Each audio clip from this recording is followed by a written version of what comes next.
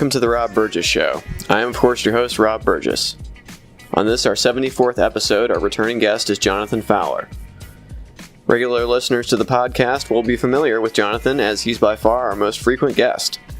You first heard Jonathan Fowler on episodes 2, 10, 20, 21, 29, 30, 31, 32, 34, 35, 43, 48, 51, 56, and 64 of the podcast. Jonathan graduated with a BA in History from Indiana University in 2006. He is an unabashed left-wing political junkie. He has lived and worked in South Korea for 10 years, trying to help the citizens of that great nation, hopefully, talk pretty one day. And now on to the show. Hello. Hello. Hey, Chuck. Hey, Bob, what's up? Hey, can you hear me? Yeah. Ooh. Yeah, can you hear me okay here? Yeah, for sure. Okay. Yeah, so lots of stuff going on. Mm-hmm.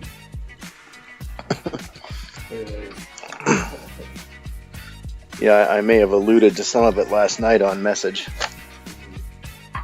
Yeah. Oh. So anyways, basically, yeah, at the school, my girlfriend, one of the Chinese teachers, is getting let go. Oh, yeah? Yeah, it's pretty bad. Oh. And she's like against all the Koreans now. She doesn't like any of the Korean teachers, basically, because she thinks they're all out to get her. My girlfriend's a fucking paranoid schizophreniac. She's a schizo... Hold on. Damn it. My girlfriend is a fucking paranoid schizophreniac now. Oh. And my boss is like, let me fire Chacha's girlfriend and see if I can cockblock the Chach the way I cockblocked the Chach for like 6 months before. And I don't want to like, yeah, I don't want to be cockblocked like Steve Bannon. I'm not Steve Bannon. I'm not trying to suck my own cock here. I'm not trying to build my own. I'm not trying to build my own brand off the strength of the Hagwon. I'm just here to serve the Hagwon, okay? Welcome to the New Yorker Radio Hour. I'm David Remnick. A little more than a week ago, the New Yorker's Ryan Lizza got a late-night phone call that turned out to have fateful consequences. Who leaked that to you? Oh, man, I can't tell you that. What do you mean? What's that? I can't tell you that, but... Okay, so what I'm going to do is I will eliminate everybody in the comms team and we'll start over. So it's no problem. That's all. So I asked these guys not to leak anything and they can't help themselves, so we'll eliminate everybody. So was somebody in the comms team leaked that to you? That's Anthony Scaramucci just days into his appointment as communications director. He wanted to know who had given Liz a certain piece of information, very minor information about dinner at the White House and who was there. But the leaking thing had him really angry. Okay, but you're an American citizen. This is a major catastrophe for the American country. So I'm asking you as an American patriot to give me a sense for who leaked it.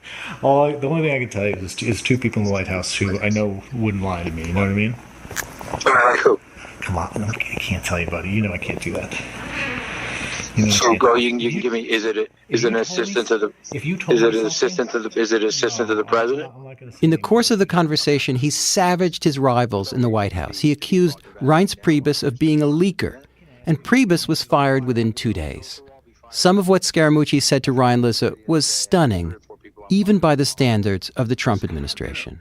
And Reince is a fucking paranoid schizophrenic, paranoiac. And what he's going to do is, maybe Bill Shine's coming in.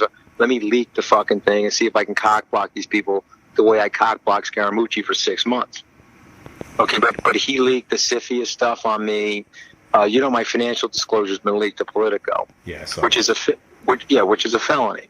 Ryan wrote a story for NewYorker.com that included some words that we can't say on the air. But I wanted to ask you if you wanted to be profiled. I don't want to be profiled. Well, just I'm what not you're Steve trying Bannon. to do. What you're trying to do. I'm not Steve Bannon. No. I'm not trying to suck my own cock. I'm not trying to build my own brand off the fucking strength of the president. Yeah, but I'm here to serve the country. At first, the reaction from the White House was more or less nothing, or seemed to be. But then Scaramucci was fired as communications director after a term that lasted a total of 10 days. Okay, The mooch showed up a week ago. This is going to get cleaned up very shortly, okay? Because I nailed these guys. I got digital fingerprints on everything that they've done through the FBI and the fucking Department of Justice. What's the worst thing? It's no. Oh, well, the felony, they're going to get prosecuted probably for the felony. They'll probably get prosecuted for that. Okay? Yeah. Wow. Okay, lie detector stars. This whole conversation, the spirit of it is off the record, right? And that's what I'm feeling, right? Well, we've never established that. You know. I thought that was, paisan to paisan or something. Kind of, come on. The omerta, or the what do you call it? What's the code of silence? Isn't there something like that? Yeah. For sure. Yeah. I mean, the New York Times, New York Post, you guys have that, right? Mm-hmm. The Kokomo Tribune. All of it. So, anyways, that's kind of my cold opener or whatever, I guess. Alluding to various things in my personal life as well as, domestic political events in America. Mm-hmm. So, what's up with you? Oh, nothing much. Yeah, just like you said, just crazy times, and yeah, I just literally, you just look at Twitter in the morning, and it's just like I just need to go back to sleep. I can't handle it. So it's been pretty terrifying on this end. I mean, what has it been like in South Korea lately? Oh, I don't know. I still got a job to do, right? Right. And I don't know. It's been pretty tense. I mean, obviously, this guy's Trump and Kim Jong-un are kind of made for each other and stuff. And they're both, have a cult of personality going and stuff. And they both, I don't know. Hopefully, they're both too scared to actually ruin their legacy by pulling a trigger somewhere. But, but I don't know. It's obviously intense, and I think I saw today somewhere that North Korea and America have been talking for several months through back channels, actually. Mm-hmm.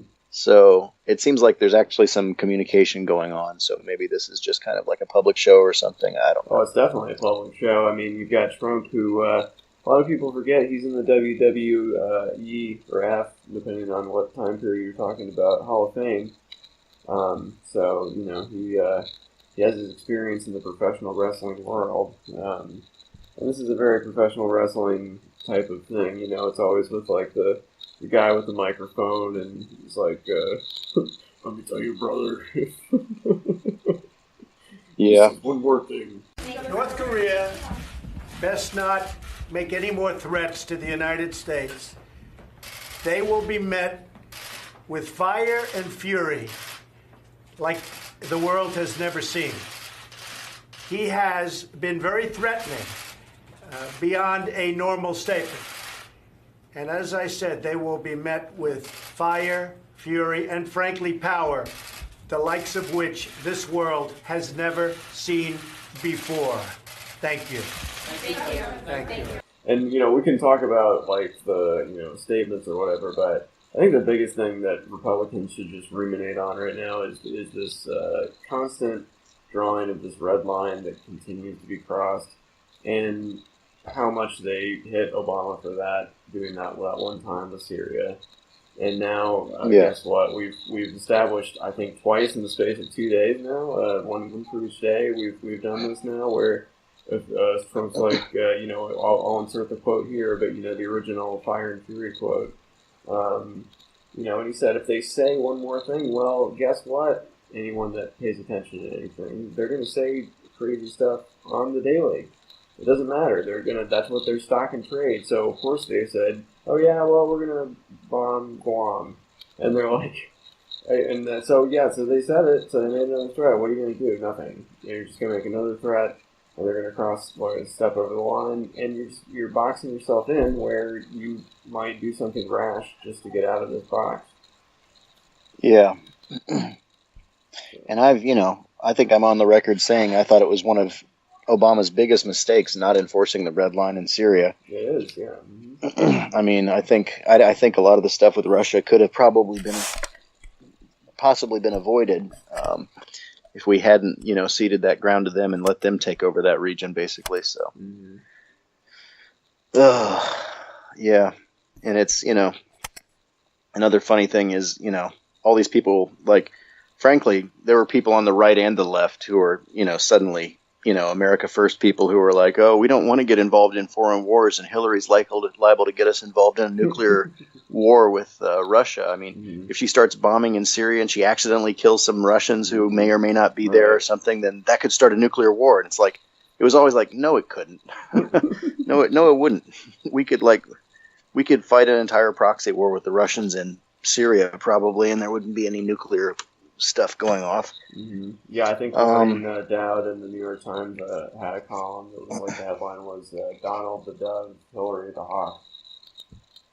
Yeah, ridiculous. And of course now, the lie is being put to all that this guy was the safer option as far as international stuff. Yeah, it's just amazing. The other thing, did you see today where apparently military options are now on the table in Venezuela? Oh, good. Let's fight like a 5-front war. Considering for Venezuela, what options are on the table right now to deal with this mess? We have many options for Venezuela. And by the way, I'm not going to rule out a military option. We have many options for Venezuela. This is our neighbor.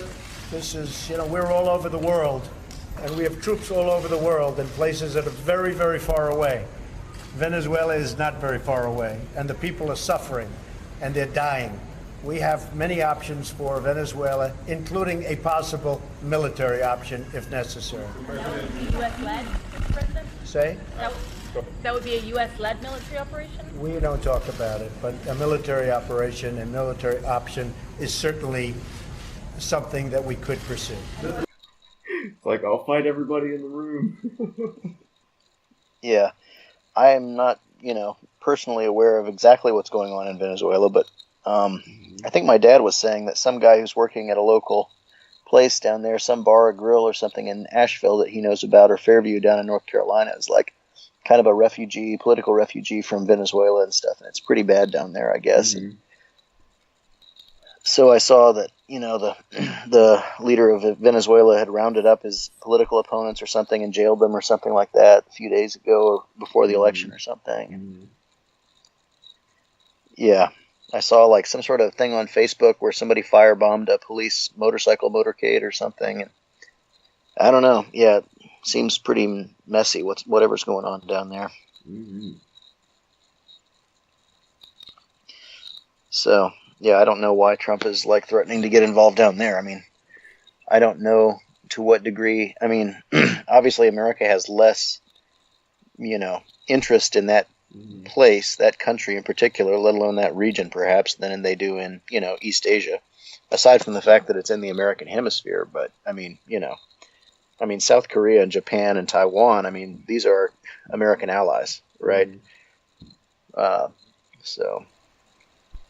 Yeah, it's just, I don't know. You got to think that Mueller is getting close to something, because we should probably at some point talk about the early before dawn search warrant executed at one of the homes of Paul Manafort. So, yeah. But anyway, whatever order you want to talk about all that in. But yeah, I mean, basically, it's. I think he's using this as an opportunity to distract from a very real crisis in his administration. So. Yeah. I was talking to some Chinese guy on the subway here a few weeks ago, like about a week or so ago. That was like, he was in Korea on business, and somehow we got to talking about energy policy or something, because he works for an energy like company or something like that or something. And he's like, I don't think anything bad will happen with China and North Korea. I said, why not? And he's like, well, I don't know. It just never does and stuff. And I was like, well, Donald Trump has got huge domestic scandals. And at some point he may wise up and realize that starting a war would be the smartest thing he could possibly do for himself domestically, potentially. I mean, he might be impeached immediately, but chances are just as well that Americans would rally around the president to some degree, or more Americans than are currently rallying around him. Mm-hmm. If we suddenly found ourselves in a war with North Korea, and then just over the last week we've seen the escalation in the war of words and stuff. So I think, I don't know. Obviously, it would be a stupid move, but from Trump's perspective, it could be great because Russia, is not such a big news item if you're, in a hot war with another country all of a sudden. Yeah.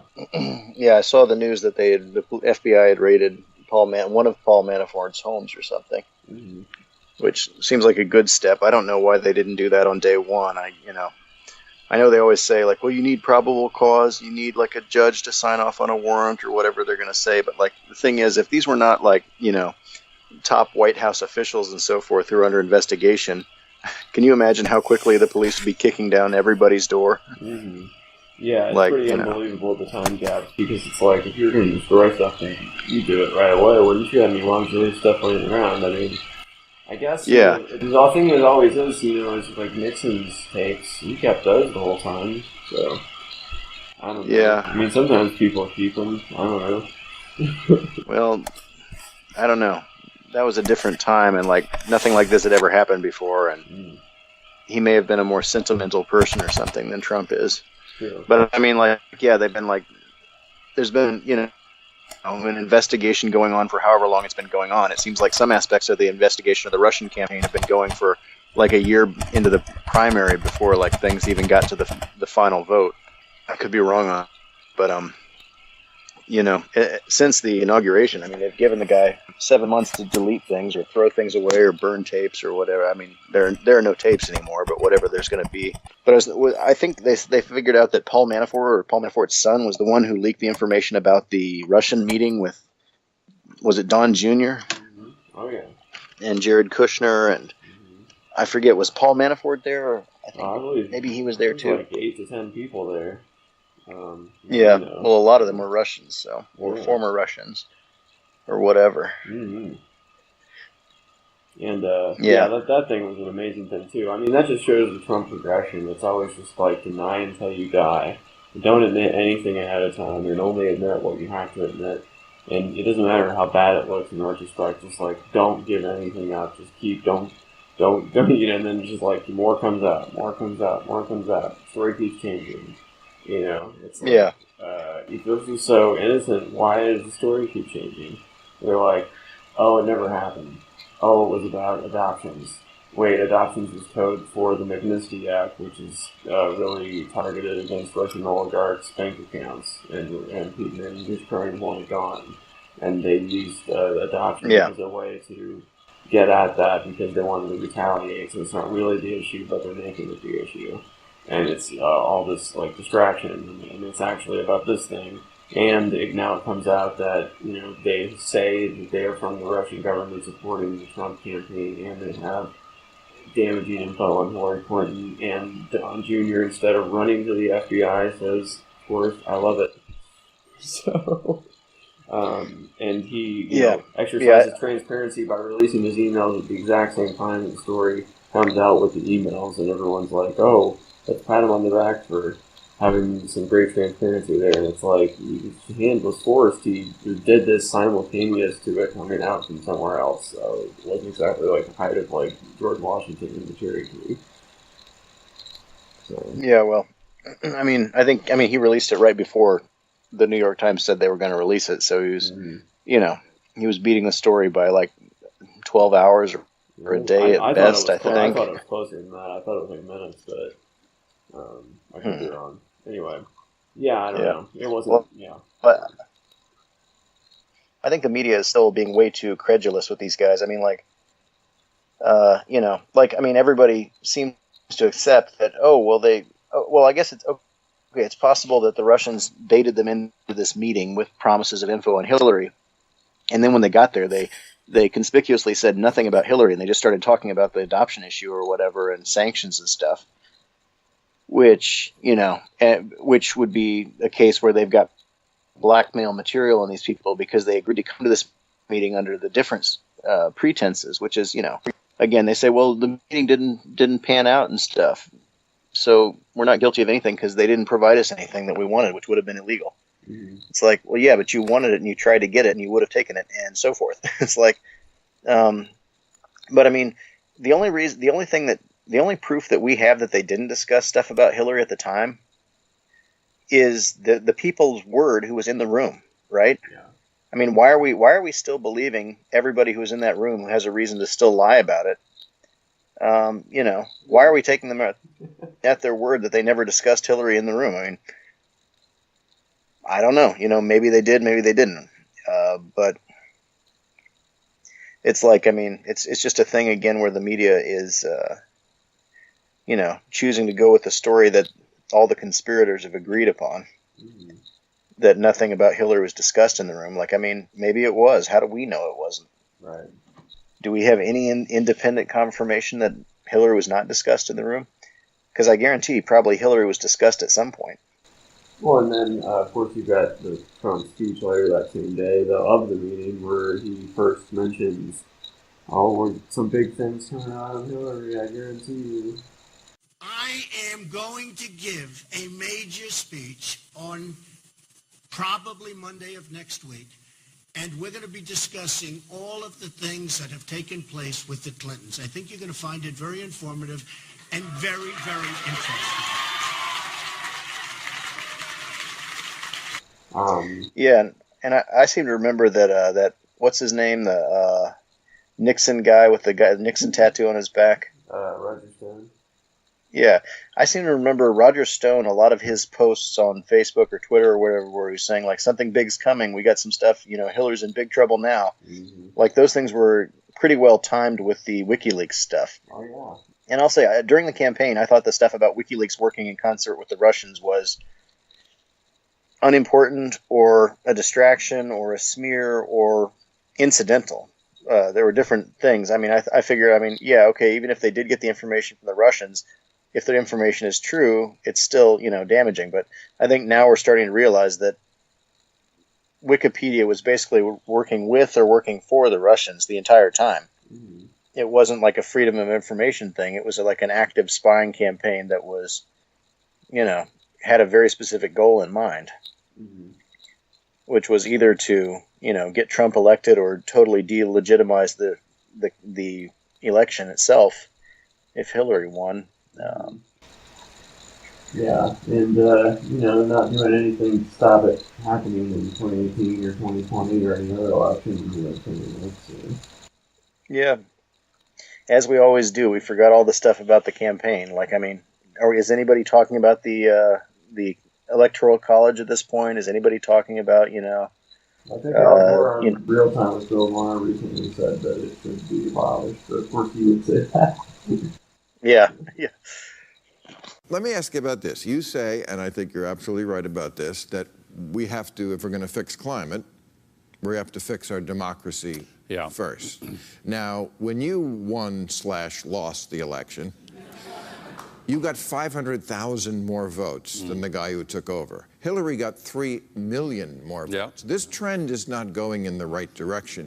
This thing where we get the most votes and they get to be president, that's a pattern now. And it's not going in the right direction. How do we stop that?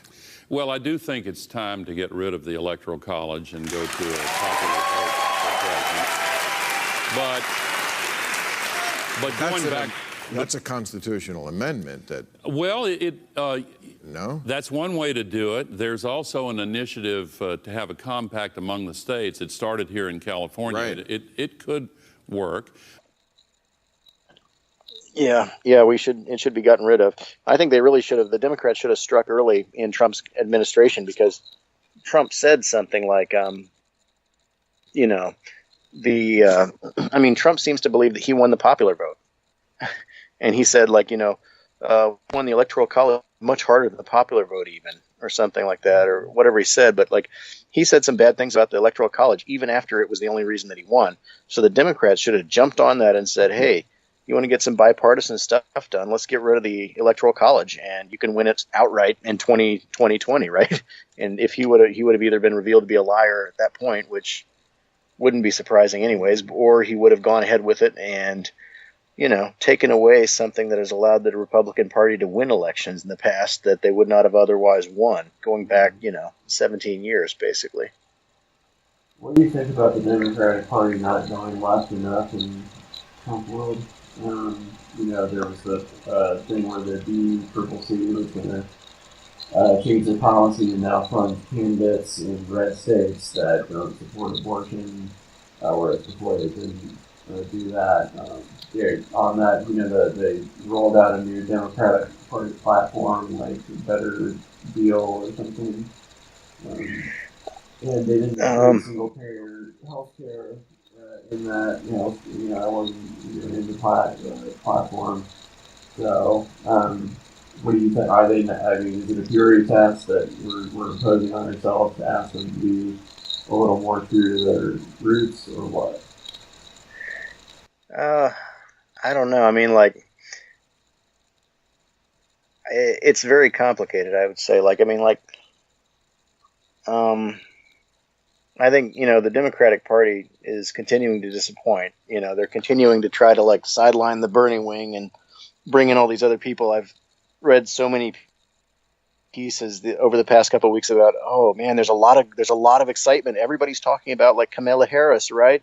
And I'm like, no, they're not. I don't know anybody who's talking about her. All I see are fucking think pieces written in all these the Daily Beast and Salon and HuffPost and all these left-wing places that are talking about her. I don't know anybody, I'm not in America on the ground, but I don't know any Democrats in Korea who are talking about this person like, man, we really need to run her in 2020. Nobody's talking about that. It's not a thing. They're trying to make it a thing, and the thing is not happening, I don't think. But, yeah, they want to kind of whistle past the graveyard on stuff like single-payer health care and stuff like that. And Cory Booker or whoever, and I like the fact that, Cory Booker tried to make a nationwide marijuana legalization rule or whatever, but somebody else pointed out, I don't know where I read that or heard that, but the fact is he made that rule when he knows that it's not going to be taken up. The Republicans are not going to go for it. The Democrats don't have the power to go for it, even if everybody in the Democratic Party were going to go for it. So, it's a popular thing to say when you know that nothing is ever going to come of it, right? Yeah, but you could say the same thing for Trump's illegal immigration crackdown that he's pushing via Stephen Miller, his own voice self. Stephen Miller is 3 years younger than me. That's 15 now. Yeah, he looks like he's about 15 years older, probably too, but man, what a douche. Yeah, I can't stand that guy.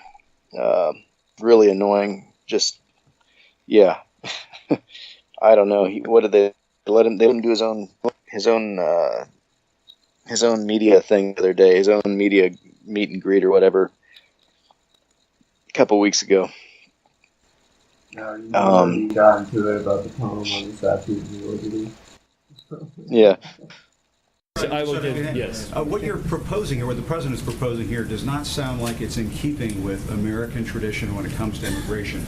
The Statue of Liberty says, give me your tired, your poor, your huddled masses, yearning to breathe free. It doesn't say anything about speaking English or being able to be a computer programmer. Aren't you trying to change what it means to be an immigrant coming into this country? If you're telling them you have to speak English, can't people learn how to speak English when they get here?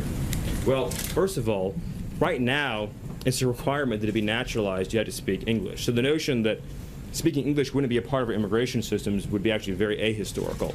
Secondly, I don't want to get off into a whole thing about history here, but the Statue of Liberty is a symbol of liberty enlightening the world. It's a symbol of American liberty lighting the world. The poem that you're referring to that was added later is not actually part of the original Statue of Liberty, but more fundamentally, the history.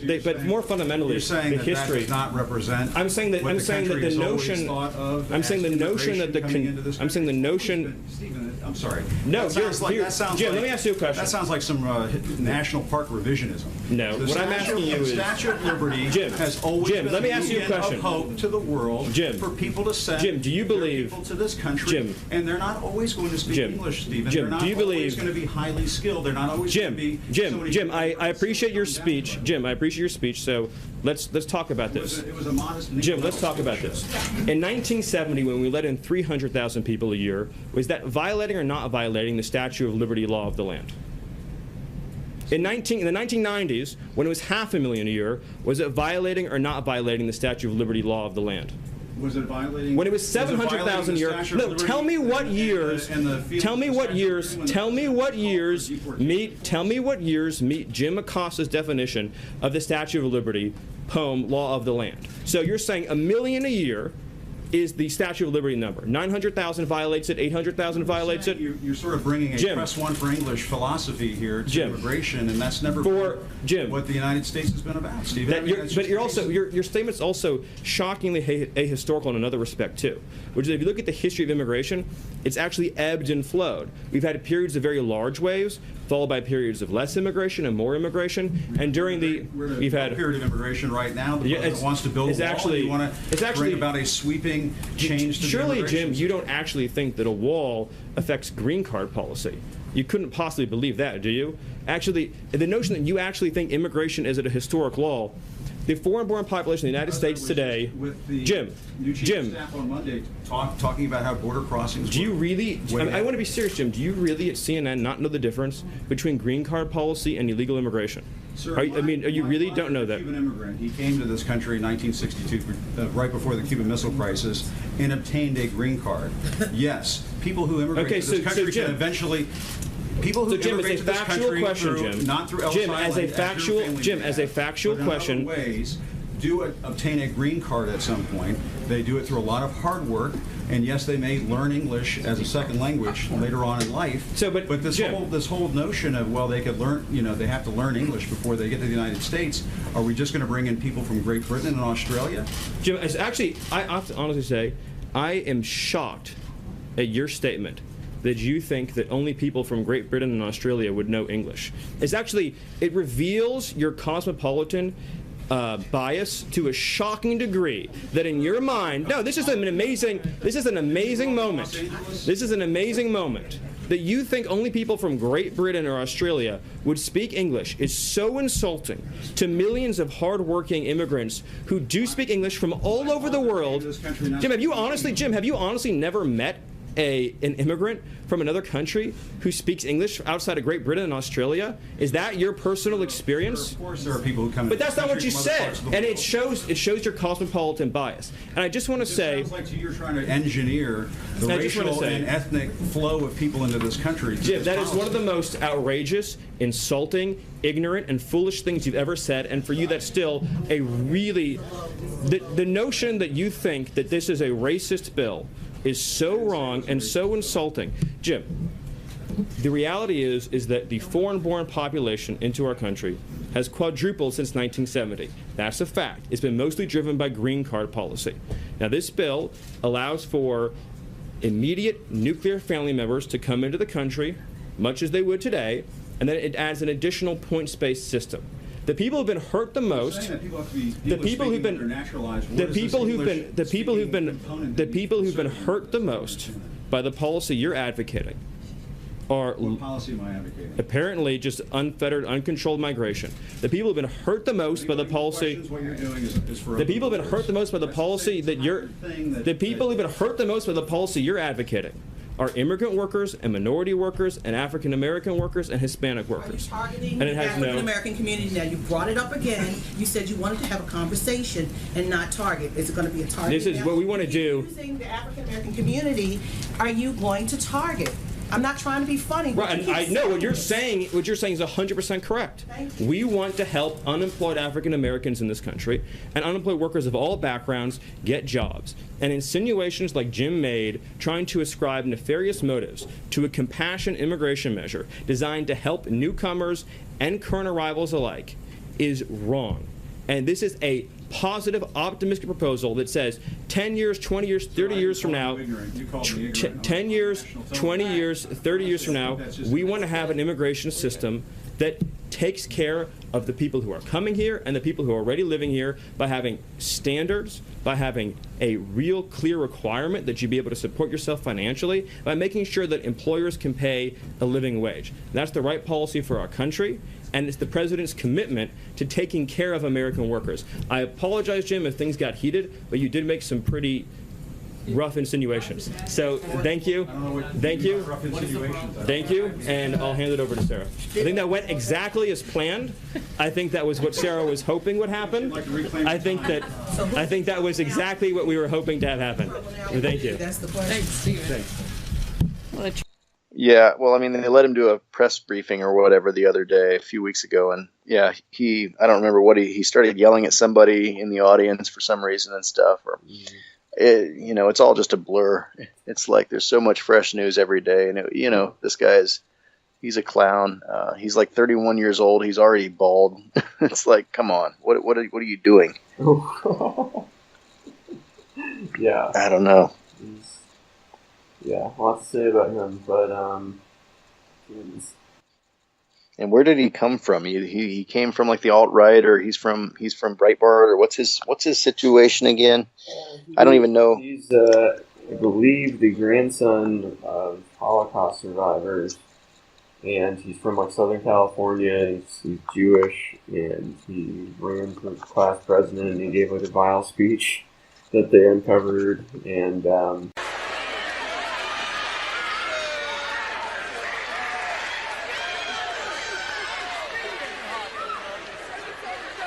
Hi, I'm Stephen Miller.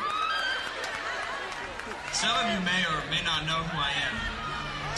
We don't have time to get into that right now. I don't know much about him, but I know that he's pretty right-wing. He expresses his views in an insulting way, and that makes him look like he has no integrity. And that's really unfortunate because he could really be a great politician. I first met Stephen Miller in 7th grade. And when I knew him, he was a liberal Democrat. And over the next few months of our friendship, he became a conservative Republican. I like to think that I had a big influence over that, although he'll probably tell you otherwise. Santa Monica High School is predominantly liberal, so with him it kind of adds some flavor.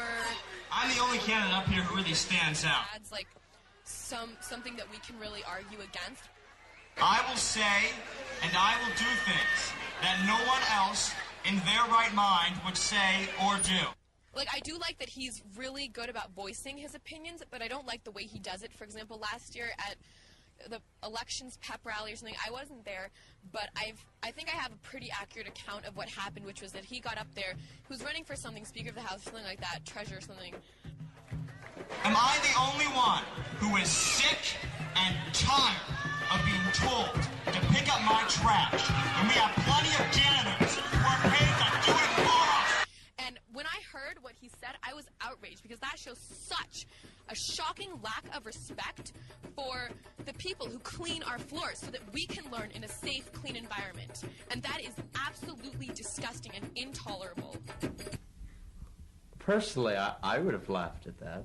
They're not getting paid to do that. They're getting paid to vacuum rugs, to erase chalkboards, to clean the toilets, to put toilet paper in, stuff like that. Our shit trash that we drop during lunch because we're too lazy to pick it up is not their concern. They should not have to work overtime to pick it up. He's just joking. It's a joke. Maybe he enjoys the infamy, like some perverted power trip or something, which I think is completely disgusting. He has a lot of power at the school, but he's using it for evil purposes. He has a lot to be proud of. He's accomplished a lot. It's the way he goes about presenting himself. He lacks integrity. He's insulting and he's disrespectful, and that is not okay. That's because most people are so uptight, and they don't realize the humor in some of the things he says. I find his actions appalling and infuriating, and it's really hard for me to tolerate him. While all this is true, everything I've said about him, he makes me mad, all this stuff, I do respect him as a person. I have had a few pleasant conversations with him, and I'd really like to actually get to know him better. He wrote all these horrible columns for this school newspaper, and later he went to one of the Ivy Leagues, I forget which one, Yale or something. Duke. Yeah, sorry, I think he went to Duke. I think he made a name for himself when there was that Duke lacrosse scandal, when they gang rape. That turned out to have been trumped up charges or whatever. He rode that to some fame, I guess. I'll let it decide if this is wrong, but Yeah, that was like back around 2004, 2005 or something, wasn't it? Yeah, right. And then he served with Jeff Sessions, and that's how he, I believe, came into the Trump world orbit, was through that. And Breitbart, I think, also, kind of because Sessions and Bannon have been teamed up for a while, so that's the connection there. So. Yeah. Well, it's funny. I think it's funny because like Trump is firing lots of people, left and right. Mm-hmm. But the thing is, like, the more people he fires, the more leaks he's liable to have, because like there was 1 or 2 big leaks that came out like a day or two after Reince Priebus got fired or something, and everybody's like, we don't know where this is coming from, and I'm thinking it's Reince, right? Mm-hmm. Or maybe it was like, because I mean, Reince and Scaramucci got fired like a matter of days apart, I feel like, or something, and it was like there were a couple of big leaks right after that. I can't remember exactly which leak this was, because I mean, it's leaks 24/7. There's always leaks, right? It's like it's always a leak, and I don't know. It's just a whole like. I think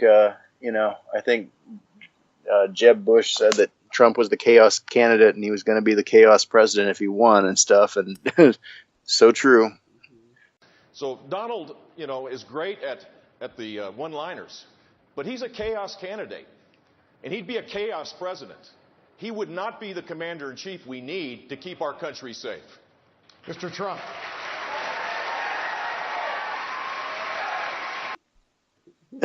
No, they're kicking me off. They're kicking me off. Yeah. There's some talk about like certain Republicans are kind of abandoning Trump or trying to start distancing themselves from Trump these days. I know one guy like wrote a book or something. I forget the guy's name. I think he's a Republican senator. Jeff. He was on. And I believe the Mercers, who I don't know if you know about them, but they've bankrolled Milo Yiannopoulos and Steve Bannon and Breitbart and all these fringe people. Anyway, they're funding a primary challenge for him now for Jeff Flake in retaliation for this defection. Well, I mean, it's kind of like Aliens versus Predator, right? I mean, whoever wins, we lose. So, was that the tagline? I think that was like the tagline or something. But yeah, it's like, frankly, I don't care. I mean, I'm glad they're fighting amongst themselves, and if the Republicans can, successfully get away from Trump, I mean, that's a good thing in a way. And if the Republicans can't get away from Trump without getting primaried and it becomes the party of Trump, which many people have already declared it to be, I think rightly so.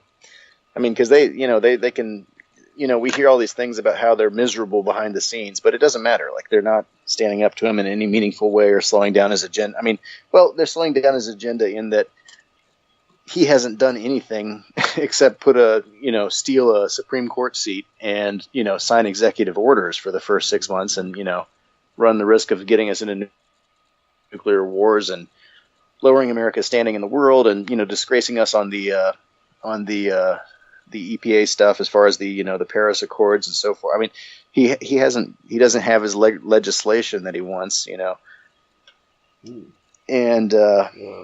And now he's gone to war with Mitch McConnell. He's not taking the blame for not getting repeal and replace. Remember that party he had after it passed the House? Yeah. I mean, that was just bizarre. It wasn't finished yet. They were acting like it was like the end. Yeah, That's the group. Thank you. Thank you very much. This really is the group. What a great group of people. And they're not even doing it for the party. They're doing it for this country, because we suffered with Obamacare. I went through 2 years of campaigning, and I'm telling you, no matter where I went, people were suffering so badly with the ravages of Obamacare. And I will say this, that as far as I'm concerned, your premiums, they're going to start to come down. We're going to get this passed through the Senate. I feel so confident. Your deductibles, when it comes to deductibles, they were so ridiculous that nobody got to use their current plan. this non-existent plan that I heard so many wonderful things about over the last 3 or 4 days after that. I mean, it's I don't think you're going to hear so much right now. The insurance companies are fleeing. It's been a catastrophe, and this is a great plan. I actually think it will get even better, and this is, make no mistake, this is a repeal and a replace of Obamacare. Make no mistake about it. Make no mistake. And I think most importantly, yes, premiums will be coming down. Yes, deductibles will be coming down. But very importantly, it's a great plan. And ultimately, that's what it's all about. We knew that wasn't going to work. I predicted it a long time ago. I said it's failing. And now it's obvious that it's failing. It's dead. It's essentially dead. If we don't pay lots of ransom money over to the insurance companies, it would die immediately. So what we have is something very, very incredibly well crafted. Tell you what, there is a lot of talent standing behind me, an unbelievable amount of talent. That I can tell you. I mean it. And, you know, coming from a different world and only being a politician for a short period of time, how am I doing? Am I doing okay? I'm president. Hey, I'm president. Can you believe it, right? I don't know. I thought you needed a little bit more time. They always told me more time, but we didn't. But we have an amazing group of people standing behind me. They worked so hard, and they worked so long. And what I said, let's do this. Let's go out, just short little shots for each one of us, and let's say how good this plan is. We don't have to talk about this unbelievable victory. Wasn't it unbelievable? So we don't have to say it again. But it's going to be an unbelievable victory, actually, when we get it through the Senate, and there's so much spirit there. But I said, let's go out. We have a little list of some of the people, and I think after that list goes, if they don't talk too long, our first list, we're going to let some of the other folks just come up and say whatever you want. But we want to brag about the plan, because this plan really, oh. Well, yeah, we may. But we're just going to talk a little bit about the plan, how good it is, some of the great features. I want to thank Paul Ryan. He has worked so hard. And I was joking. I said, you know, Paul, for the last week I've been hearing Paul Ryan doesn't have it. It's not working with Paul Ryan. He's going to get rid of Paul Ryan. Then today I heard Paul Ryan's a genius. He's come along. I'll take whatever. You know, the groups have all come together. We have the Tuesday group. We have so many groups. We have the Freedom Caucus. And they're all great people. But we have a lot of groups.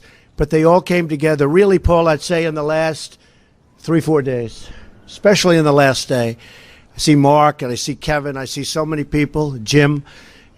We just have developed a bond. This has really brought the Republican Party together. As much as we've come up with a really incredible health care plan, this has brought the Republican Party together.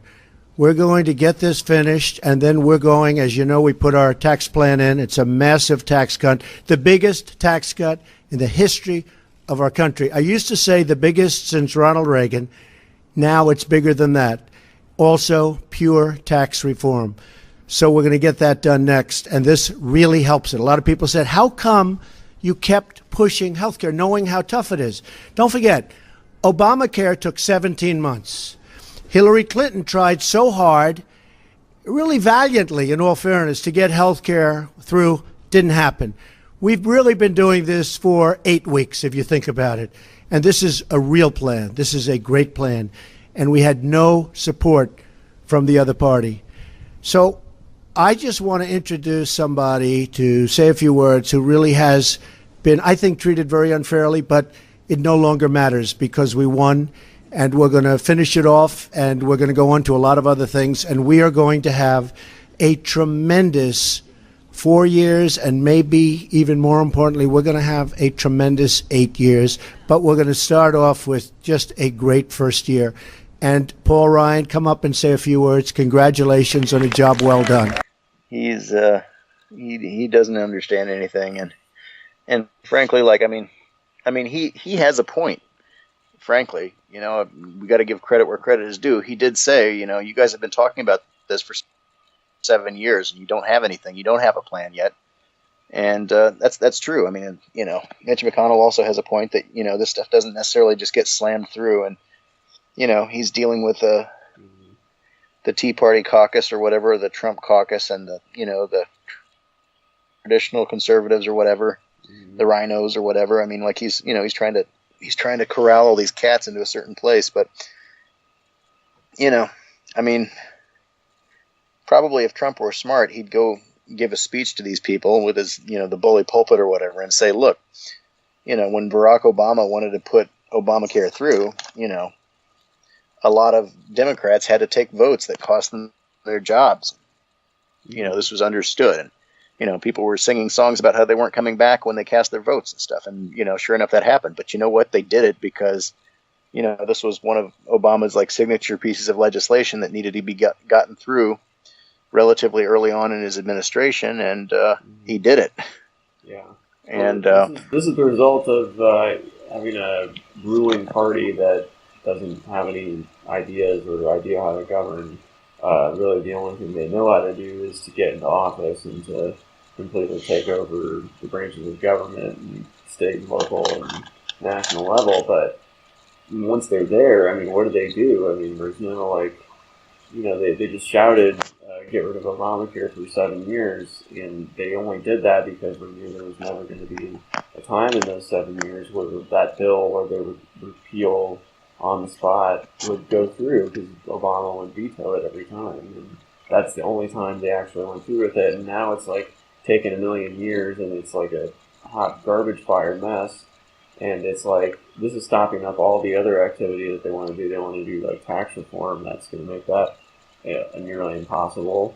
You're pushing this back and pushing this back. Meanwhile, you know, the calendar keeps moving, and you know, the House seats are going to be up next year, and a lot of people start campaigning, and they don't want to take risky votes after a certain point. So that's why there's the 100 days thing. It's not just an arbitrary. It is, but that there's a logic to that. I think that, you know, early in administration, fresh off of a victory, you do the thing, and you put all your effort behind it. And like you're saying, the Democrats, for once, you know, banded together to do something that they've been trying to do for decades.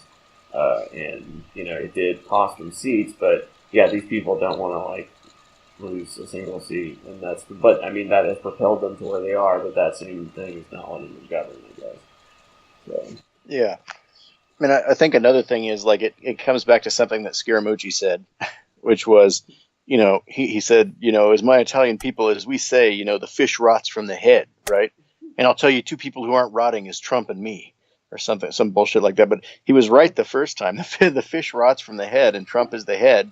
And if you, I think if you're using that idiom correctly, then you say that all of this is Trump's fault. White House Communications Director Anthony Scaramucci joins us this morning. Anthony Scaramucci, can you hear us? Is Ryan still there? Yeah. So when I was speaking to you last night, Ryan, I said it was unpatriotic that you weren't telling me who the leakers were. I was on a plane landing in New York. I have to go visit my mom, and so you may have caught it the wrong way. I was teasing you, and it was sarcastic. It was one Italian to another. It wasn't me trying to get you to say, if you could give me some sense for where they are, because I have a responsibility to the President of the United States. Anthony? When you said you didn't, I totally respect your journalism and your integrity. Anthony, Chris, I don't know if, hold on, sir. Anthony. I just want to make sure, I don't know if Ryan could hear you. Okay. But just in case, it did go out over the air, so he heard what you meant when you were talking to him about being unpatriotic. Let's just reset us at zero here. What's going on in your perspective? I want to reset at zero, but I also want you to know that I just spent about 15 minutes on the phone talking with the President of the United States, who has given me his full support and his full blessing. And I'm going to read you something, Chris, and you bear with me. And the President also told me, if you're nice to me in this segment, he'll let me come back on the show. Is that cool? So why don't you let me talk for a little bit, and then you can ask me questions. But this is super, super important to the country. Now, whether you agree with the President or you disagree with the President, you have to love the institution of the presidency. You have to love the office, and you have to love our country. And what is going on right now, I've done a major amount of work over the last 5 days. I've interviewed most of the assistants to the President, I've interviewed most of the people in the communications team in the White House, and what the president and I would like to tell everybody, we have a very, very good idea of who the leakers are, who the senior leakers are in the White House. We'll get to that in a second. But what I also want to say is that we are working together, the president and myself and other members of his team in law enforcement, to undercut and undercover or out, if you will, the leakers in the entire country. As the president would say in his own words, the White House leakers are small potatoes. I'll talk to you about a few leaks that happened last night that I find reprehensible, but the White House leaks are small potatoes relative to things that are going on with leaking things about Syria or North Korea or leaking things about Iraq. Those are the types of leaks that are so treasonous that 150 years ago people would have actually been hung for those types of leaks. So the president brought me in. He knows I'm his friend first, Chris. You're from New York. I'm from New York. The president is from New York. We had dinner last night. I sat next to the first lady. I love the president. I've said that. I know the press wants to ridicule me for saying it 6 times from the podium, but we started out as friends. I am not a politician. I'm an American businessman, an entrepreneur that have built 2 businesses, and I try to play it straight with people. The president is trying to play it straight with people, which is why he has 140 or 125 social media followers, because they want to hear it straight from the president. And I said to the president this morning, I can't afford to be a sycophant to you, sir. I have to talk to you straight as a friend so I can help you with this problem. And so what I want to say to you is I understand the law. I know that there was a public disclosure mechanism in my financial forms.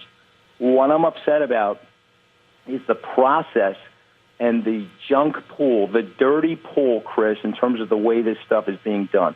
And the leaking won't stop. I can't have a couple of friends up from Fox and Friends and Sean Hannity, who's one of my closest friends, to dinner with the president and his first lady without it being leaked in 7 minutes. It's absolutely, completely, and totally reprehensible. And as you know from the Italian expression, the fish stinks from the head down. But I can tell you 2 fish that don't stink, okay? And that's me and the president. I don't like the activity that's going on in the White House. I don't like what they're doing to my friend. I don't like what they're doing to the president of the United States or their fellow colleagues in the West Wing. Now, if you want to talk about the chief of staff, we have had odds. We have had differences. When I said we were brothers from the podium, that's because we're rough on each other. Some brothers are like Cain and Abel. Other brothers can fight with each other and get along. I don't know if this is repairable or not. That will be up to the president. But he's the chief of staff. He's responsible for understanding and uncovering and helping me do that inside the White House, which is why I put that tweet out last night. When the journalists who actually know who the leakers are, like Ryan Lizard, they know the leakers. Jonathan Swain at Axio, these guys know who the leakers are. I respect them for not telling me because I understand and respect journalistic integrity.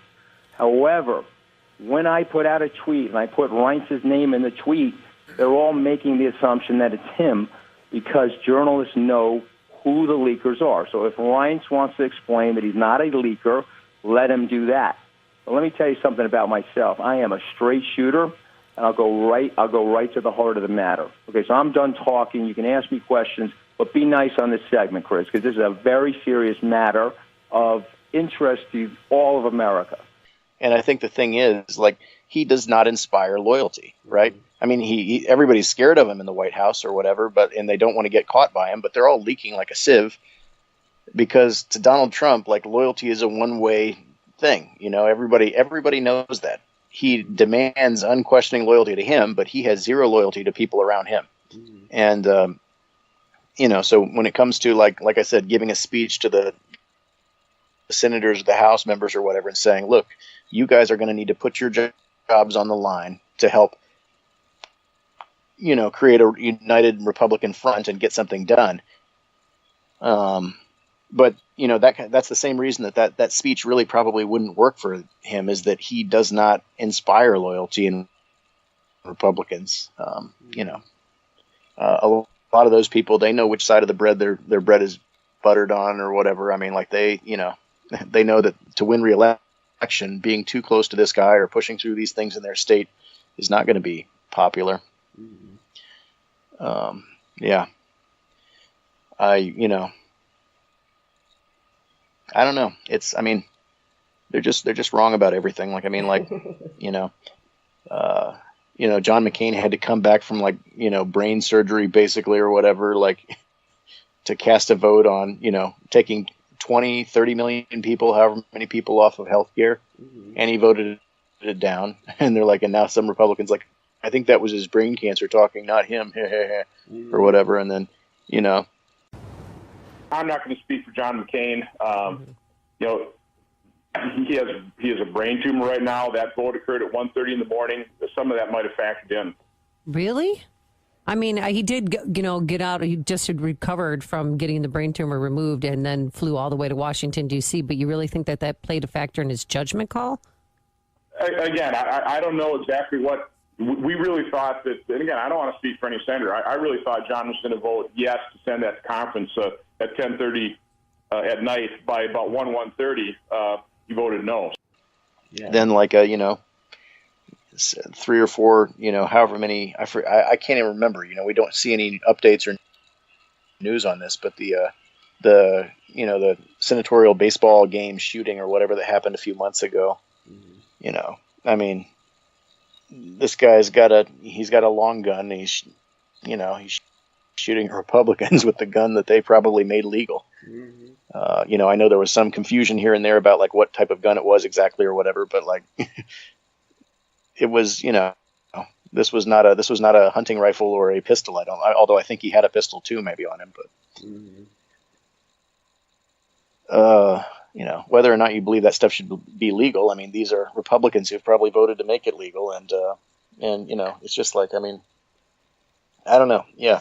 I mean, all this stuff that they do, it just, it's, I don't know what the point I'm trying to make is. I'm just kind of exhausted and everything, but it's they want to take away health care, and then boom, one of their guys needs health care, and they want to give everybody guns, and then several of their guys get shot with the gun. It's I don't know. It's just what are you people doing? But I think I don't know. I worry about the Democrats too. I mean, like we said, they're trying to push these, new candidates, basically. Like Kamala Harris, I don't know much about her. I know, was she the one, she was kind of grilling people in the congressional or the Senate, the open session or whatever, where they were talking to, what's his name, Jeff Sessions. And I think she really went hard on Jeff Sessions for a few minutes there. And so I mean that's nice, that's good, and I like that. But does that mean you are next in line to be the Democratic nominee for president? I don't think so. Yeah, well, right? I mean, the bench isn't super deep. Attorney General Sessions, you have several times this afternoon prefaced your responses by saying, to the best of your recollection. Just on the first page of your 3 pages of written testimony, you wrote, "Nor do I recall, do not have recollection, do not remember it." So my question is, for any of your testimony today, did you refresh your memory with any written documents, be they your calendar, written correspondence, emails, notes of any sort? I attempted to refresh my recollection, but so much of this is in a wholesale campaign of extraordinary nature that you're moving so fast that you don't keep notes. You meet people. I didn't keep notes of my conversation with the Russian ambassador at the Republican I'd like convention. To just talk about what you did. I'm just saying I didn't keep notes on most of these things, and there's nothing for me. Will you provide this committee with the notes that you did maintain? As appropriate, I will supply the committee with documents. Can you please tell me what you mean when you say appropriate? I would have to consult with lawyers in the department who know the proper procedure before disclosing documents that are held within the Department of Justice. Attorney and General I'm not Sessions. able to make that opinion today. Sir, I'm sure you prepared for this hearing today, and most of the questions that have been presented to you were predictable. So my question to you is, did you then review with the lawyers of your department, if you as the top lawyer are unaware, what the law is regarding what you can share with us and what you cannot share with us, what is privileged and what is not privileged? We discussed the basic parameters of testimony. I frankly have not discussed documentary disclosure rules. Will you make a commitment to this committee that you will share any written correspondence, be they your calendars, records, notes, emails, or anything that has been reduced at any point in time in writing to this committee where legally you actually have an obligation to do so? I'll commit to reviewing the rules of the department, and as and when that issue is raised, to respond appropriately. Did you have any communications with Russian officials for any reason during the campaign that have not been disclosed in public or to this committee? I don't recall it, but I have to tell you, I cannot testify to what was said as we were standing at the Republican convention before the podium where I spoke. My question is only as it relates to your knowledge. I don't have the detailed memory of that. Okay, as it relates to your knowledge. Did you have any communication with any Russian businessmen or any Russian nationals? I don't believe I had any conversation with Russian businessmen or Russian nationals. Are you aware of any communications? A lot of people were at the convention. It's conceivable that somebody came up to me. Sir, I have just a few. Well, you let me qualify it. If I don't qualify it, you'll accuse me of lying. So I need to be correct as best I can. I do want you to be honest. And I'm not able to be rushed this fast. It makes me nervous. Are you aware of any communications with other Trump campaign officials and associates that they had with Russian officials or any Russian nationals? I don't recall that. And are you aware of at this moment? Are you aware of any communications with any Trump officials, or did you have any communications with any officials about Russia or Russian interests in the United States before January 20th? No, I may have had some conversations, and I think I did, with the general strategic concept of the possibility of whether or not Russia and the United States could get on a more harmonious relationship and move off the hostility. The Soviet Union did, in fact, collapse. It's really a tragic strategic event that we're not able to get along better than we are Before being today. sworn in as Attorney General, how did you typically communicate with then-candidate or President-elect Trump? Would you repeat that? Before you were sworn in as Attorney General, how did you typically communicate with then-candidate or President-elect Trump? I did not submit memoranda. I did not make formal presentations. Did you ever communicate with him in writing? I don't believe so. And you referred to a longstanding DOJ policy. Can you tell us what policy it is you're talking about? Well, I think most cabinet people, as the witnesses you had before you earlier, those individuals declined to comment because we're all about conversations with the president. Sir, I'm just asking you about the DOJ policy you referred to. Policy that goes beyond just the Attorney General. Is that policy in writing somewhere? I think so. So did you not consult it before you came before this committee, knowing we would ask you questions about it? Well, we talked about it. The policy is based... Did you ask that it would be shown to you? The policy is based on the principle that the president... Sir, I'm not asking about the principle. I'm asking when you I'm knew that you unable would be to asked answer the these question. questions and you would rely on that policy.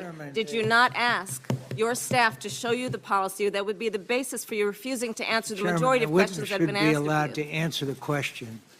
Senators will allow the chair to control the hearing.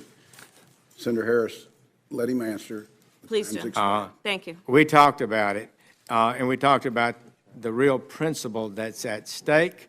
It's one that I have some appreciation for, as having spent 15 years in the Department of Justice, 12 as United States Attorney, and that principle is that the Constitution provides the head of the executive branch certain privileges, and that members, one of them is confidentiality of communications. And it is improper for agents of any department any departments in the executive branch to waive that privilege without a clear approval Mr. Chairman, of the president. I have asked And that's the Mr. situation we're Sessions in. for a yes or no. Did you ask So your the staff answer is to see yes, the I policy? consulted. Did you ask your staff to Senator's see the time's policy? expired. Apparently Senator not. Cornyn. You can say what you want about the Republicans. There's always fresh faces tromping for power in that rattlesnake nest. Yeah. You know, there's always a meaner viper ready to go. But as far as like the Democrats, I don't know who we got. I mean, Kamala Harris you're talking about, but who's they? Like you said, it's like people that are writing these think pieces. Cory Booker, I guess, but I don't know. Okay. Well, I mean, I'm going to say one name, and that's all that really needs to be said. Bernie Sanders. I mean, he's you know, he doesn't want to talk about running this early and stuff. He thinks it's premature and stuff. But I mean, he's the highest polling, most popular politician in America, and Democrats are trying to step over him and like, no. Who else do we got? Do we have anybody? You know, it's kind of like he's like kind of like Lisa Simpson or something, raising her hand in class, and the teacher's like looking around like, anybody? Could anybody answer this question? Anybody at all? And he's like, me. It's kind of like that's the obvious answer. Sometimes, you know, don't look a gift horse in the mouth. Just say, okay, this is the guy. He's going to win. You know, he's going to beat the pants off Trump in 2020. I mean, who knows? You know, Trump might not even be. Chances are, I think, pretty good that Trump may not be around in 2020. We'll see. I mean, a lot of things would have to go a certain way, but you know, the first 7 months have been full of surprises, and you know, it's pretty obvious to everybody. This guy's corrupt as hell. He's a criminal as hell. He lies like he breathes. I mean, this guy is not the type of person who should be president, and that's going to become more and more obvious to everybody. I mean, his poll numbers with Republicans and everybody's going down still. I thought he's in the low 30s or the high 20s or something at this point. Basically, I don't remember exactly the figure for that, but yeah, I mean, his numbers are going down. I mean, if the Democrats win a majority in the House or Senate or whatever in 2018, I mean, he should be impeached immediately for any number of things. I mean, for any number of things. Just, you know, throw the book at him because most of them will stick. Yeah, for sure. But with Bernie, what do you think about this thing with James Sanders and the university? I think it's, you know, it's a nothing burger. I think there's no there. I heard about it for like about 3 to 5 days, 1 week or something, and then I never heard about it again. And I don't even know what happened. Like, she was trying to run a university, and the university wasn't working out, and she got a loan from somebody or something. I mean, this sounds like a whitewater nothing burger, or, you know, it sounds like a Trump university without all the scamming of poor people. I mean, it's like, I mean, I don't see what the in is, right? I don't get it.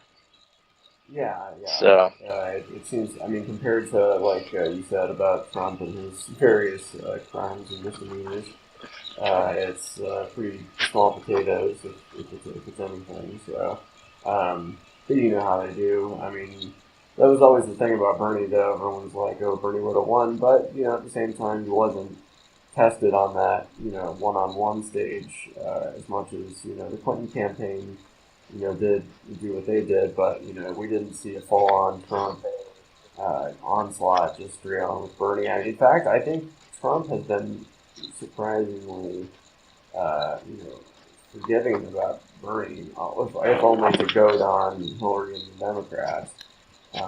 But, you know, I feel like his line with Bernie has been mostly like, oh, look how bad they're treating him. Yeah, but I mean, that doesn't mean anything, I don't think. I mean, that's only to split the Democratic base. That's the only purpose of that. He doesn't give a shit about Bernie. If Bernie had won, he would have, you know, come just as hard at him, probably almost as hard. You know, like, I mean, Clinton supporters like to say that the Bernie bros are sexist and stuff against Hillary Clinton because she's a woman. I don't think so. I mean, there may be some people on the internet. You can find a lot of scumbags on the internet who will say all kinds of things. Mm-hmm. Half of them may or may not be Russian bots, but the thing is, like, I mean, for Trump, I think the thing with Hillary was definitely part of it was the fact that she was a woman. So, that was definitely something that animated his rage against her, I would say. Yeah.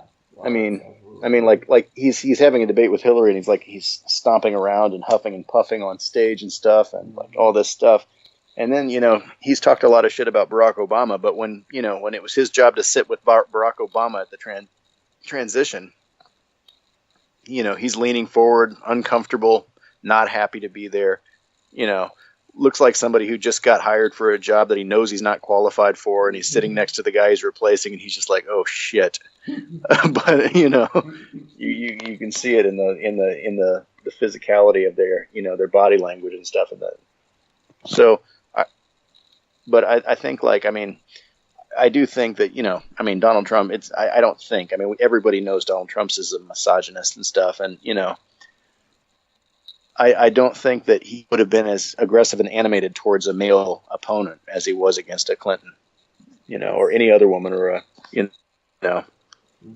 a Rosie, or anybody who was not unquestioningly non-threatening and non-challenging to him. Mm-hmm. Well, and then the whole reason that Steve Bannon was brought in kind of had to do with the fact that it was Clinton that he was going up against, because they funded the Clinton cash book, and they've got this deep file of Clinton material. That's when you saw the women that had been allegedly assaulted by Bill Clinton showing up before one of the debates. That was straight from Steve Bannon's playbook. Were it not for that easy target of the Clintons, which the Republicans have been just hating for 25 years now, it's just it might not have been so easy to tear someone like Bernie down as it was the Clintons, because the Republicans are pre-programmed to hate the Clintons. They've been fed Rush Limbaugh and Fox News for how long now? So. Yeah, she was. Going in, everybody should have known that she had a baseline hate and these were people who were never going to be brought over. Mm-hmm. So, and yeah, you could say, she won the popular vote, but she didn't do the things she could have done. I think a lot of people want to blame the Bernie Bros or something and stuff, but she never really came to the Bernie Bros to, she said, I won, deal with it. And it's like, okay, well, we're not going to vote for you then, bitch. Mm-hmm. And it's like, I'm a Bernie Bro who did vote for her at the end of the day. So I kind of dodge that, they can complain as much as they want about people voting Jill Stein. I saw something the other day about how Jill Stein voters are the ones who are to blame for this. And it's like, no, they're not. The Green Party is a perennial feature of the American presidential campaign. It's like, that's there. It's been there throughout our lives. Just like the Libertarian Party's always been there on the right. And the Libertarians took more votes from Trump than the Green Party did from Clinton. So shut up about it. It's bullshit. It's like, that's not it. And there, yes, in a world where there was no Green Party, that was not even an option, then yeah, theoretically, some portion of the people who voted for the Green Party probably would have voted for the Democratic Party, but we're talking about a fictional world that doesn't exist at this point. There is no world where the Green Party doesn't exist. It's, Well, and think about why something like the Green Party has a space to stand in, is because the Democratic Party has abandoned the part of the field that now belongs to them.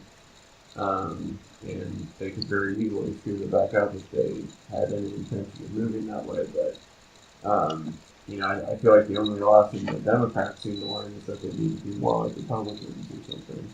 I don't think Republicans ever take that lesson. Maybe even to a fault they don't take that lesson, but I feel like they just steer harder into their base, and they seem to come up on top more times than they don't. So I don't know why the Democrats don't just do the same. They're not playing the same game. They're not winning, that's for sure. Not with that. Yeah. We're not winning anymore. I think I mean, it's tricky because there are districts where, it does sometimes take, to some degree, a more middle of the road or even right-wing Democrat to win. And so you can't run a Bernie Sanders kind of candidate in every region and win for the House or the Senate. But I do think the Democrats have got to stop apologizing for what they believe. And when you have issues like universal health care, and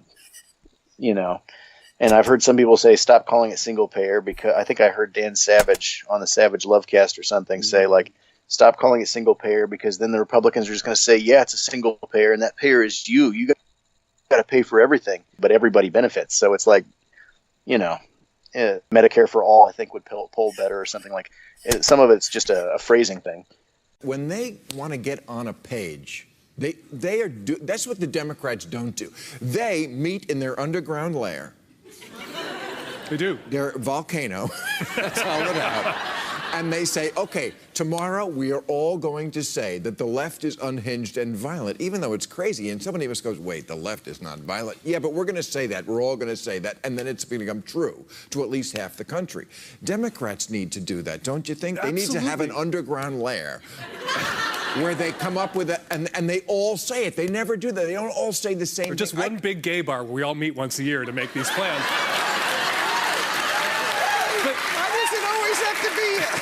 Because I want to feel comfortable there. No.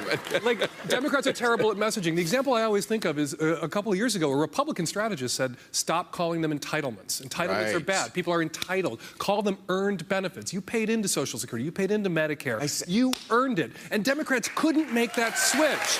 And that... Global warming sounds kind of nice. I used to say, call it climatia.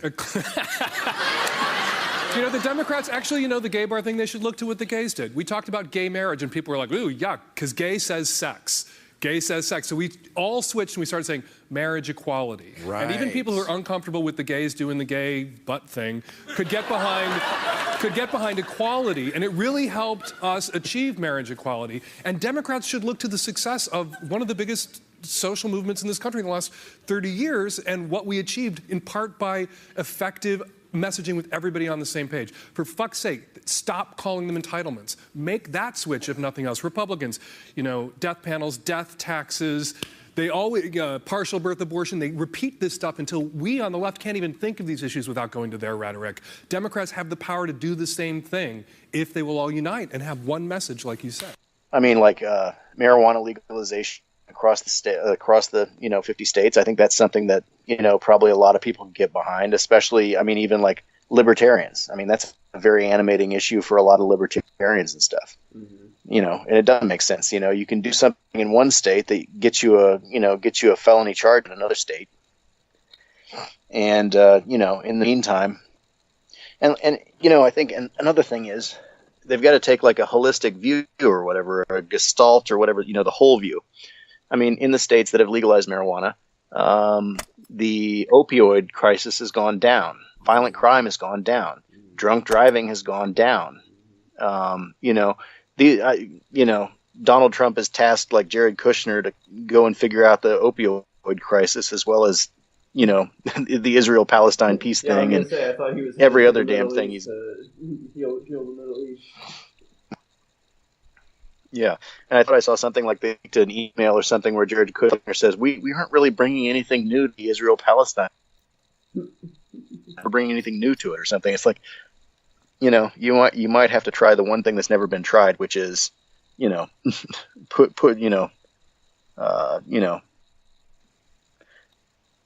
try not giving Israel every single thing that the Likud party wants, and instead try, giving the Palestinians a fraction of what they want, and then see where the peace negotiation goes. But but it's with one issue, with marijuana legalization nationwide, they could actually be killing several birds with one stone.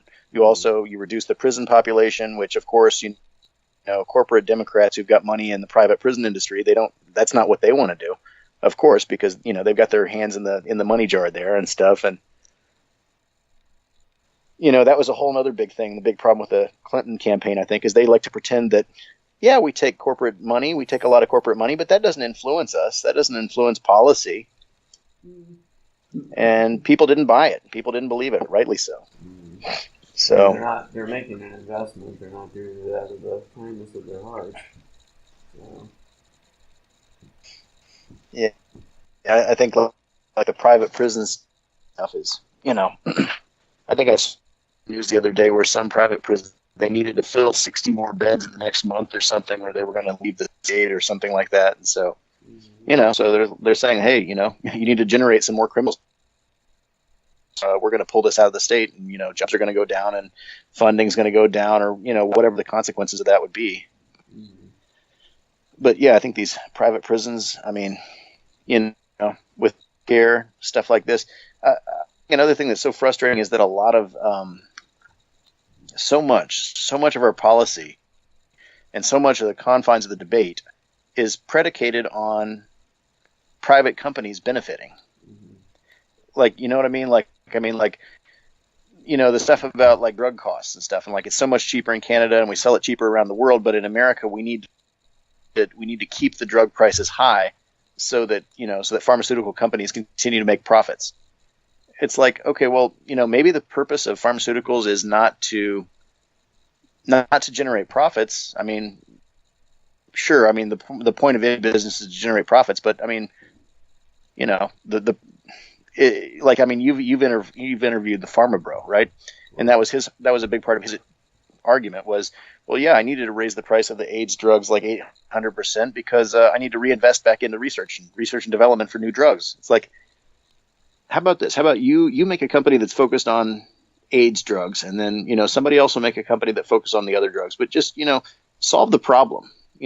Don't make it so that some people can afford it and some people can't, and a lot of people can't afford it.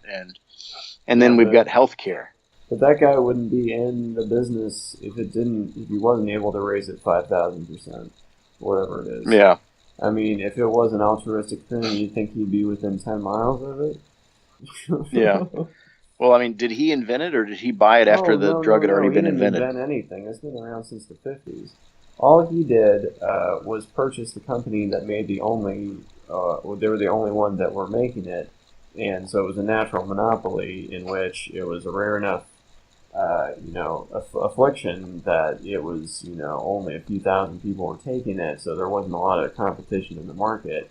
So all he did is he bought the one company that was making it, and he jacked that price up, and simply because no one else had stepped into the market at that point, because it wasn't profitable enough, because, because they weren't charging as much as they were just charging a reasonable thing, so it was just kind of a smaller drug. But then he just jacked it up, because it's like, where else are you going to go? Nowhere else. No one else is making this, so, pay up or else. Well, that really is my point then, that, these kinds of people don't need to be in the healthcare, the pharmaceutical drug industry then, because they're not the pioneers who are generating value and creating these drugs. They're just, corporate vultures who want to swoop in and make a profit. And in the meantime, the drugs are not doing what they're supposed to be doing, which is to help Americans and people all over the world for a reasonable price. Not to die. And then you've got the other side of that is the healthcare, the health insurance companies. The whole debate is predicated on the idea that these health insurance companies need to make, record profits too. Maybe they don't, maybe maybe their only purpose should be providing healthcare for all Americans. Go to a different industry if you want to make a huge, you go to the stock market if you want to make a profit. This is a life, liberty, and pursuit of happiness type of thing. First you need your life, so you need your liberty of not being enslaved by medical bills.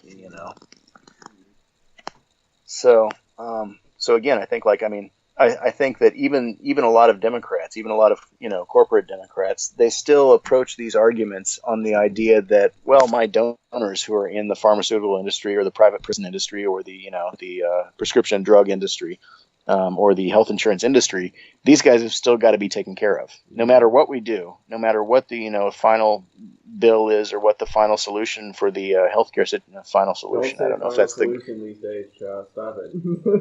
Yeah, I know. Yeah. They just had I have a feeling torch-bearing white power rally on the University of Virginia campus tonight, so let's not even go there. Yeah. Yeah. Well, but whatever they for these kinds of Democrats, I guess my point is that whatever solution they're willing to even countenance, it still has to be including, major profits for these organizations that put profits over people. Mm-hmm. Right. And that's a flaw in the design, I think. And that's a flaw in the party. And again, it's not, well, I don't know. Here's another reason I want the Democrats to seize upon these issues, only because if Trump ever figures out that if he just does something popular, people will like him, then I think he'd be a very dangerous politician that would be hard to get rid of. Because he has half the equation. He has the people that feel like they're forgotten, the forgotten man, whatever, the American carnage that he's supposed to represent. He hasn't done anything concrete for them, and they've stuck with him so far. And they're kind of like still in this wait-and-see mode with him, apparently. Even though I don't know what else you need to see with this guy, honestly. Just tell me what it is, and I'll stop wondering. But, if he actually did something like, say, universal health care, or, something big, like a big infrastructure thing, that wasn't just a big handout to the corporations, that was actually the government investing like they did in like the 1950s in the immediate post-war period. If you did something like that, like a new WPA, like in the Roosevelt administration during the Depression, if you did something like that, I'm just spitballing here, but something that would like have a concrete positive effect in people's lives. I think if you just figured that out and actually did something concrete for the people he claims to represent, he would be, I think he would just be dictator for life at that point. The problem is that for him is that, and good for us, but the problem for him is that he doesn't seem to have figured that out yet. I don't want to give him any ideas almost by saying that out loud. Well, I don't think he's going to, I think the calculation is still not that beneficial for him, because if he actually does something that's good for the people, the Republican Party, the GOP, is going to cut him off at the knees, and they can convince the people, probably the Republican voters, that he's betrayed them and stuff, and he's not doing what he promised for them and stuff. And even if it does benefit them, they'll be convinced that it was, against them somehow. And it's not like, I don't think public opinion switches fast enough. Like, even if Donald Trump did everything right and he became objectively a good president, I still would like to think, I'd like to hope that the Democrats are still ready, willing, and able, and, just chomping at the bit or whatever, to impeach this guy the second they get a chance, So I think, like, he knows that the Democrats are going to impeach him the second they get a chance, no matter what he does. And the Republican Party will cut him loose and throw in Pence the second he goes against the Republican orthodoxy, basically. I think he's much more hemmed in. I don't think it's a matter of, okay, marijuana is legal and healthcare is free. I don't think he can. I think he's way too boxed. I don't think he could do that, even if he thought it was something that would be popular with the people necessarily. I don't know. Maybe. With his direct line to the people on Twitter, who knows? Maybe he could pull it off. But I don't think it's in his character. And also, I think, like, he's so committed to probably being a bad president. He's like, I'm going to succeed as a bad president. I don't think he's interested in becoming a good president and seeing if he could succeed that way. I think he's like, I don't think he wants to make anybody happy at this point. I think he wants to piss them off more by, like, continuing to be exactly the way he is and continuing not to be fired for it. So, I don't know. Are you scared of the nuclear war? Are you triggered, Liv? Yeah. What a snowflake. Yeah, I saw something the other day. It was pretty funny. I thought that a little offensive. So, trigger warning, I guess. Let's see. What did they say? It was some meme. It had like the Velociraptor, or the Velociraptor, philosopher, right? Velociraptor. And he said, if liberals are libtards, And does that mean Republicans are retards? It's bad. It's bad. Shouldn't laugh. But it was clever. Of course, the one part I have to cut out of the whole podcast came pretty clear. Well, at least we enjoyed it for a second there, I guess. Absolutely. Yeah. But yeah. Anyways. But yeah, so I don't have any worry that Donald Trump is going to suddenly, turn things around and become a decent president and do the right thing on any particular issue. But I wish the Democratic Party would, start to figure out that, hey, these safe corporate Democrats it's a dying breed. It's not a winner, To be fair, if Democrats do anything except win in 2018 or 2020, I mean, I know the deck's stacked against them a little bit in 2018, but, only on the Senate side, really. I think they have a very good shot of reclaiming the House if they play the cards right. So, I don't have any hopes for the Senate. All they can do is stop it from being bad. So. Okay.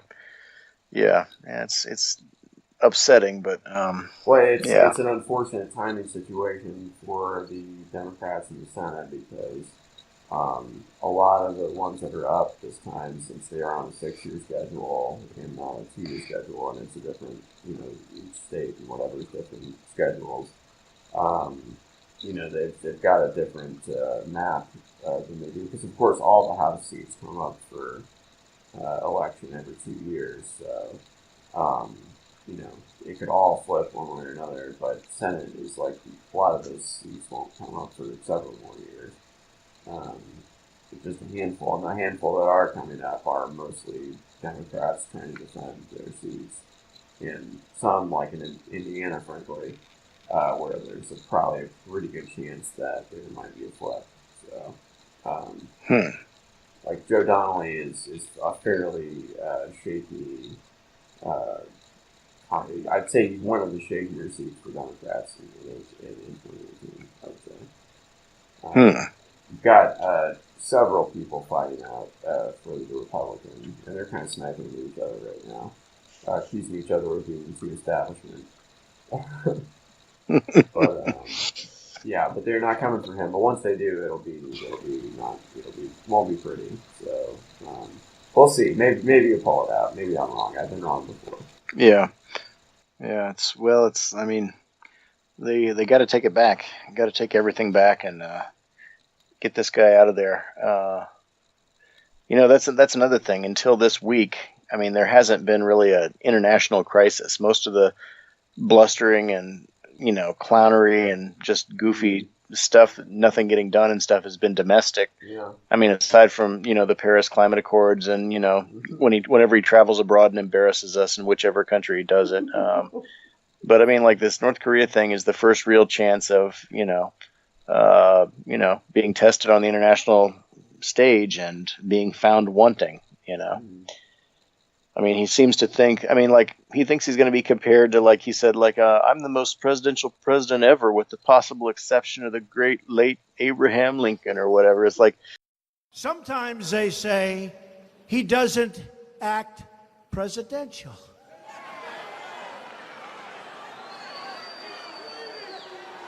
And I say, hey, look, great schools, smart guy.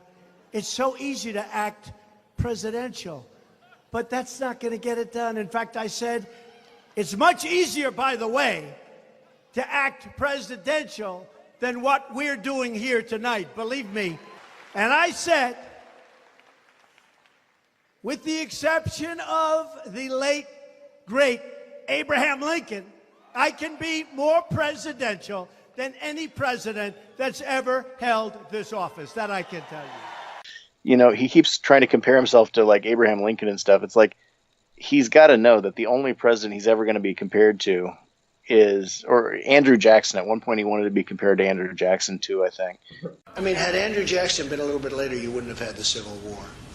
He was a very tough person, but he had a big heart, and he was really angry that he saw what was happening with regard to the Civil War. He said there's no reason for this. People don't realize, the Civil War, Yeah. you think about it, why? People don't ask that question. But why was there the Civil War? Why could that one not have been worked out? Andrew Jackson was a genocidal maniac, perpetrator of the Trail of Tears. It doesn't belongs near the bottom of presidents in my estimation, but people like, Steve Bannon probably just told him a bedtime story one day about how he's like Andrew Jackson, and then he just decided that Andrew Jackson was just the best. Well, I think the only president he's going to get any comparisons to is Richard Nixon. I mean, like, for all the corruption, for the attempting to resurrect the madman theory of international relations, for directly negotiating with a foreign power before he was elected to help get himself elected. I mean, for all of these reasons and more, that's the only like presidential comparison that's ever going to be made. And that's if we stay within the realm of American presidents and, don't go directly to like Stalin or Hitler. So, anyways, I hope the Democrats, the Democrats need to just coalesce around Bernie Sanders, I think, and just, bring the thing home in 2020. They tried to do that thing where they did the Unity tour or whatever with Bernie Sanders, and was it Tom Price, or who was the guy who's now the head of the DNC? Tom Perez. Yeah, Perez. Yeah, I saw them on on an interview together or something several months ago, and they were both being interviewed, and it was like, whoever was interviewing them was like, well, what about this thing? And Bernie Sanders says something, the other guy says, well, yeah, we're still looking at that, or I don't remember the whole. I can't really characterize the conversation, but it was very clear that they were not on the same page exactly. Even it's like, and this is like, it's not a matter. It's not. It's like, it's not a matter of. Sorry, I'm not real good with my words. I need to just use my words here. Okay. Well, I happen to know for a fact that a lot of Democrats, like long-time Democrats, are carry sort of a grudge with Bernie Sanders because they want him just to join the party, since he caucuses with them and has so much to say about what they're doing. That I think that there is a kind of a long simmering. They're kind of like, well, we committed to this, and we agree on more than we disagree. So why don't we just join the team and stop being on the outside like this. I think there is a frustration there. I'm not saying it's legitimate or if it's not legitimate. I'm just saying that if you committed to a group and you see somebody kind of dabbling on the outside of your group, that I'm sure presents its own bit of friction. Yeah, but I think they need to let go of the name, the Democratic Party. I think especially the DNC, right, the Democratic National Committee, probably has a very negative name recognition right now. Mainstream Democrats, corporate Democrats. These kind of titles are getting logged around.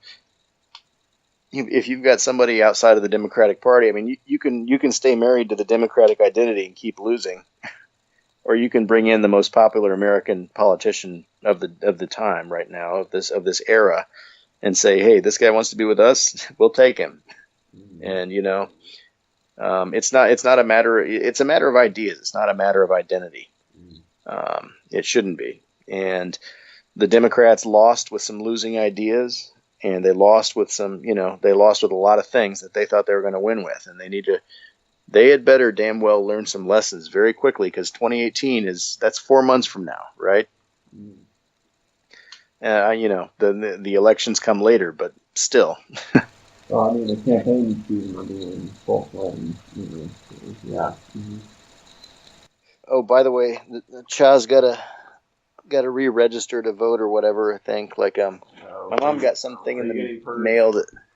Yeah, I think I got purged. Mom got something in the mail, and she's sending it to me in Korea or something, because it was about how we noticed that you voted in Monroe County, but your permanent address is actually in Lawrence County. So we need to check and see if you should be on the rolls and you should re-register or something. Like, what the hell, I mean, yeah, I guess maybe my permanent, thing is in Lawrence County, but I mean, like, in the past decade, like literally in the past decade, I've been back in America twice. I spent 3 months. Well, I spent basically 3 months in staying in Monroe County the first time, and then I spent half a month in North Carolina and half a month in Indiana the second time. And I guess I was in Lawrence County for a large part of that. But it's like, I mean, to me, I don't know. I haven't lived in Lawrence County since 2001, right? So it's like, yeah, if you want me to say that's my permanent, residence, so you can dilute one more Democratic voter out of Monroe County down to Lawrence County, where it gets swallowed up by all the knuckle draggers in our hometown who are, gonna trump that bitch or whatever, then we could do that. But yeah, I don't appreciate being thrown off the voter rolls or whatever. Or whatever the hell happened. I need to look at the papers whenever they get here. So. Well, they're doing that all over. Indy started a big report about how they expanded early voting in Republican strongholds in the state, and they intentionally didn't do it in places like Indianapolis, where there was, I believe, only one. And I remember this from the last election. I remember people complaining about this, but there's only one early voting thing in the whole county, and everybody lines all the way around the block, and in places where Republicans have power on the outside of the centralized cities, that early voting options are great. Yeah, this is another thing where, I mean, the Republicans don't believe in democracy. I mean, it's been true for a very long time. I mean. Frankly, there should be one set of rules. This is a national election. There should be one set of rules for a national election, universally applied in every district, and let the chips fall where they may. And if the Republicans don't like that, that tells you something about the Republicans and what they know about their actual approval level nationwide. But they're not going to want to do that. So. Yeah, it's just really frustrating, and this fake voter commission that Trump has going is only going to exacerbate that, I'm sure. So. Yeah, and it's another thing where they were making a big deal about how illegals were being bussed in or something to vote or whatever and all this stuff, and then they said there's been record numbers of voter fraud and stuff and all this, and there were actually I think there were about 4 cases of voter fraud in the 2016 election. And 3 of them were Republicans who did it intentionally, and one was a Democrat who did it by accident or something. And they're like, "Oh, it's a big problem." Yeah, and they're always like, and that one, there's dead people on the rolls. It's like, well, are they voting?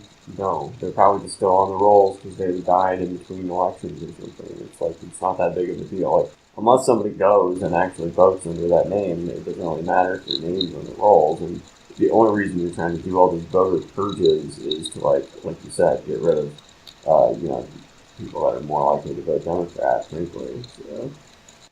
Yeah, I feel like this is another one of those issues where they do a lot of kind of obfuscanism. What would be the word here? They try to obfuscate the issue by saying, well, there are, thousands of people nationwide, millions of people nationwide on the voter rolls who shouldn't be there anymore because, they're dead, or, a lot of dead people voted in Chicago. Hey, you know what I'm saying? It's like, no, okay, there's dead people on the rolls, but yeah, find us some evidence that anybody has gone in and tried to vote under their names, and then we'll talk. But don't just throw this out there like this is like a scandal that's, being allowed to continue by Democrats or whatever. Or that, only Democrat dead are on the rolls, or that,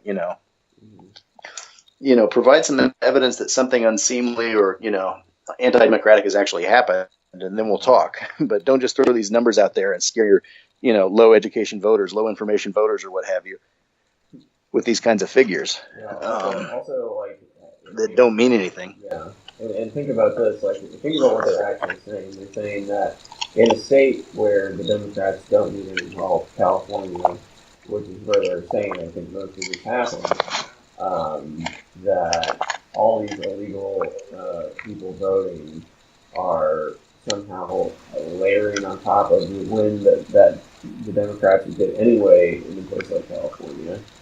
And then not doing it in places where it would count, like Wisconsin or Michigan or Ohio or Pennsylvania or someplace, where it's not even that many voters, it's just like 80,000 voters can sway, the election in those states, whereas, they're talking about like 3 million in California. It's like, even if that was a plan, it's a stupid plan. Like, there's no like reasoning behind that plan. It doesn't even make sense. Like, you just you don't even think this through. So. Yeah. Well, and speaking of California, I think I just saw something yesterday that she's like the spokesperson for the NRA or whatever. Oh, Dana Loesch. The one. Yeah, and she said something like, "We need to quick, let's like rename California as Guam. Let's have North Korea nuke California. How about that?" It's like, do you know what you're saying? Mm-hmm. You're joking about having one of our 50 states be nuked by North Korea. I mean, yeah. Well, if you watch those ads, the NRA has just completely lost whatever little mind they have left. Yeah, they're trying to incite a violent culture war in the United States. It's sedition, it's treason, it's whatever the word is. But they use their media to assassinate real news. They use their schools to teach children that their president is another Hitler. They use their movie stars and singers and comedy shows and award shows to repeat their narrative over and over again. And then they use their ex-president to endorse the resistance, all to make them march, make them protest, make them scream racism and sexism and xenophobia and homophobia, to smash windows, burn cars, shut down interstates and airports, bully and terrorize the law-abiding, until the only option left is for the police to do their jobs and stop the madness. And when that happens, they'll use it as an excuse for their outrage. The only way we stop this, the only way we save our country and our freedom, is to fight this violence of lies with the clenched fist of truth. I'm the National Rifle Association of America, and I'm freedom's safest place. Well, there has been a little bit of controversy over words with them because, their campaign now is the clenched fist of truth. I don't know if you've heard that. But that's what they're fighting back with is the clenched fist of truth. That's their new slogan. In this latest ad, where they're talking about the New York Times, they claim, or she claims, I guess, that she used the word fisk, F-I-S-K, which is a early 2000s right-wing blogging term that refers to somebody's last name, and there's a whole history behind it. But anyway, she uses this, but she says it in a way where it sounds like she's saying she's going to fist the New York Times. Yeah. And she had to, I guess, explain that she meant this other weird thing, but, it's right there in your hashtag. Maybe they do want people to think they meant this, but, We the people have had it. We've had it with your narratives, your propaganda, your fake news. We've had it with your constant protection of your Democrat overlords, your refusal to acknowledge any truth that upsets the fragile construct that you believe is real life. And we've had it with your pretentious, tone-deaf assertion that you are, in any way, truth or fact-based journalism. Consider this the shot across your proverbial bow. We're going to fisk the New York Times and find out just what deep rich means to this old gray hag, this untrustworthy, dishonest rag that has subsisted on the welfare of mediocrity for 1, 2, 3 more decades. We're going to laser focus on your so-called honest pursuit of truth. In short, we're coming for you. Here's what happens. They thought that Hillary Clinton was going to win just like everybody else, and then they'd have another, however many years of demonization to sell guns off of. But now that Trump, I might be packing at any time, is president, they don't have a Barack Hussein Obama or whoever appoints you to steer people into buying guns, so they have to do something. They got to keep the fear up. The numbers are dropping. You just have to follow the money on these gun manufacturers that fund the NRA. Yeah, I think And I think it's kind of like, I mean, I think that a lot of Republicans would be much happier if Hillary Clinton would have won. I mean, if you're a Republican and you're listening, just admit that to yourself. You'd be much happier if Hillary was the president right now.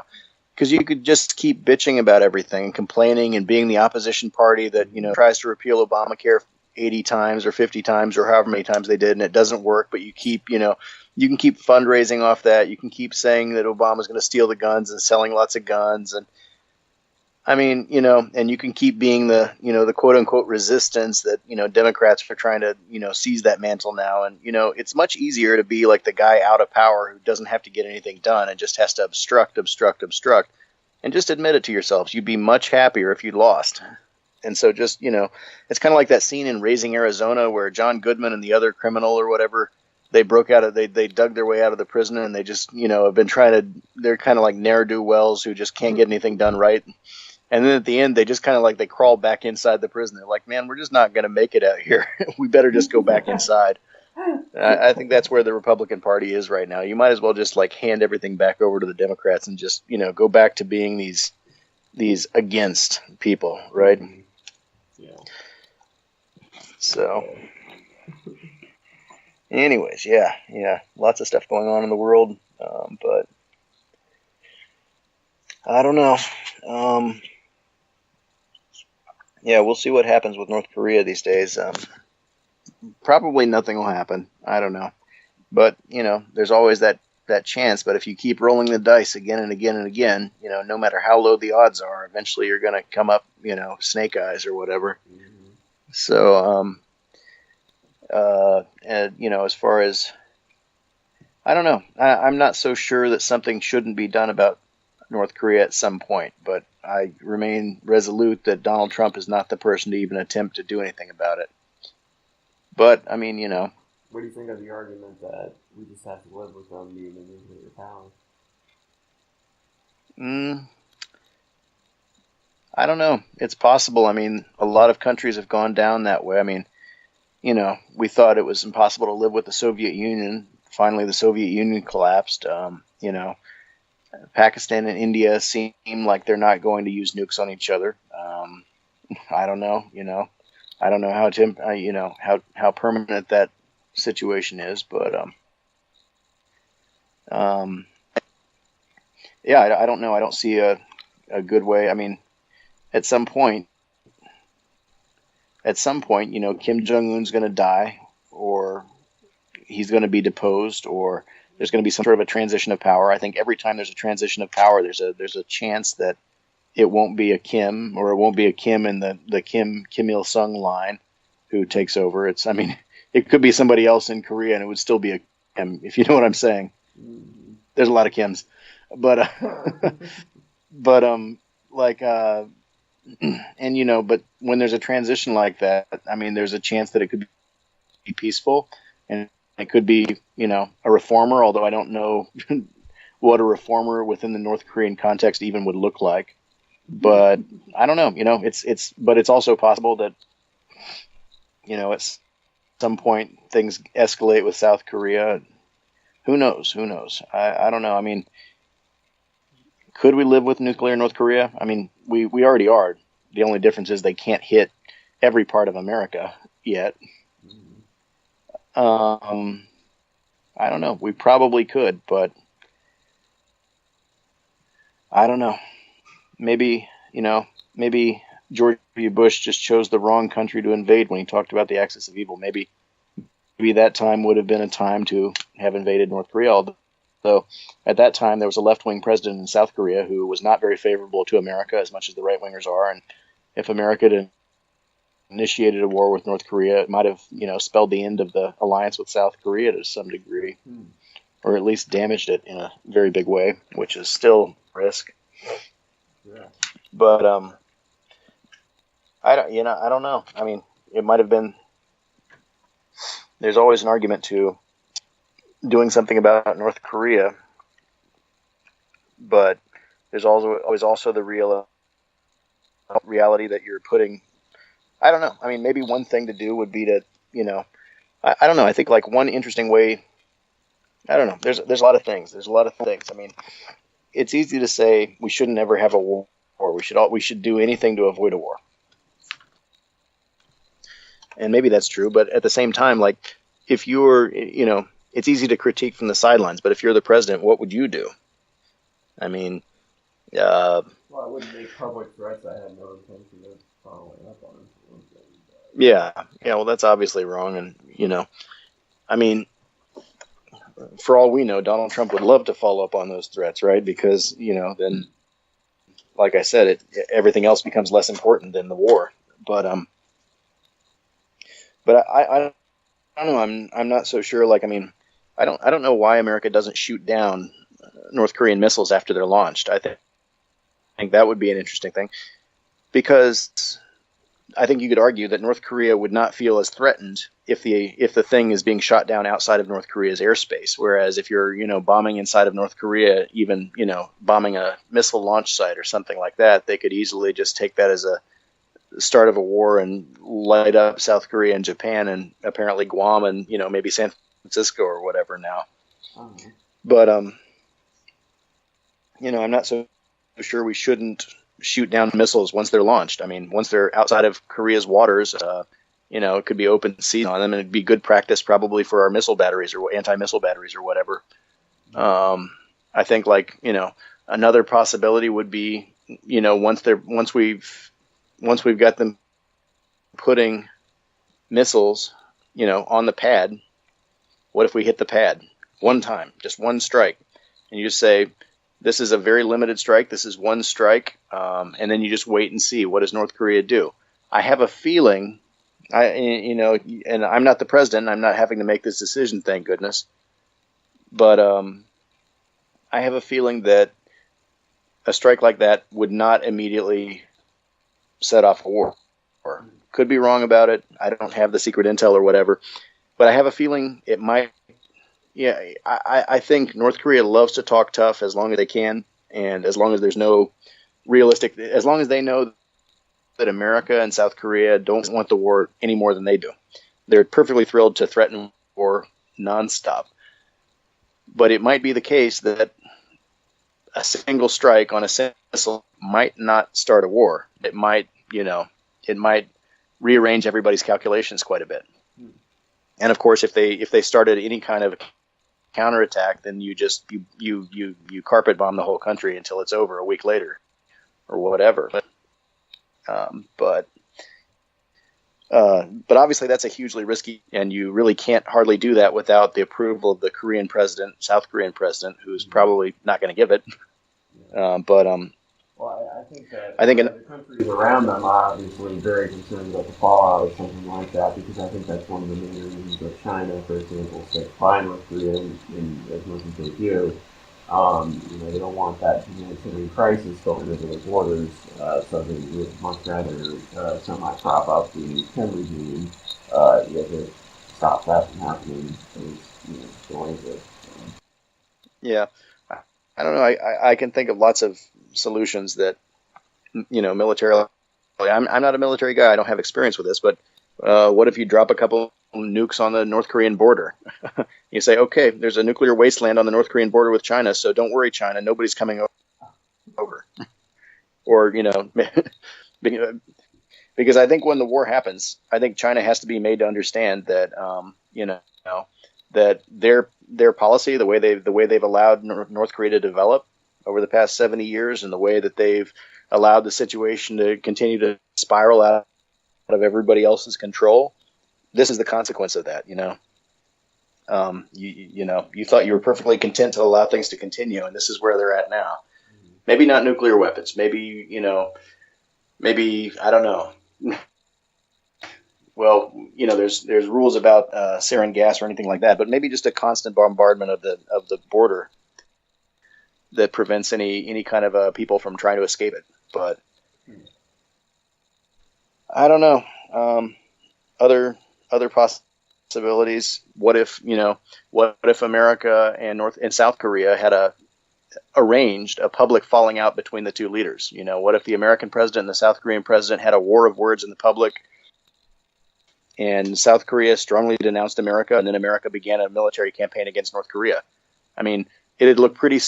And if they started a military campaign without using any assets inside of South Korea, at that point, South Korea has plausible deniability that they didn't want it, they opposed it, and they were not involved in it. And so,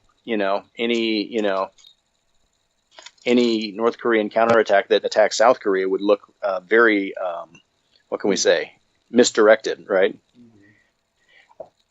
Of course, it probably wouldn't work either. They'd probably just attack South Korea.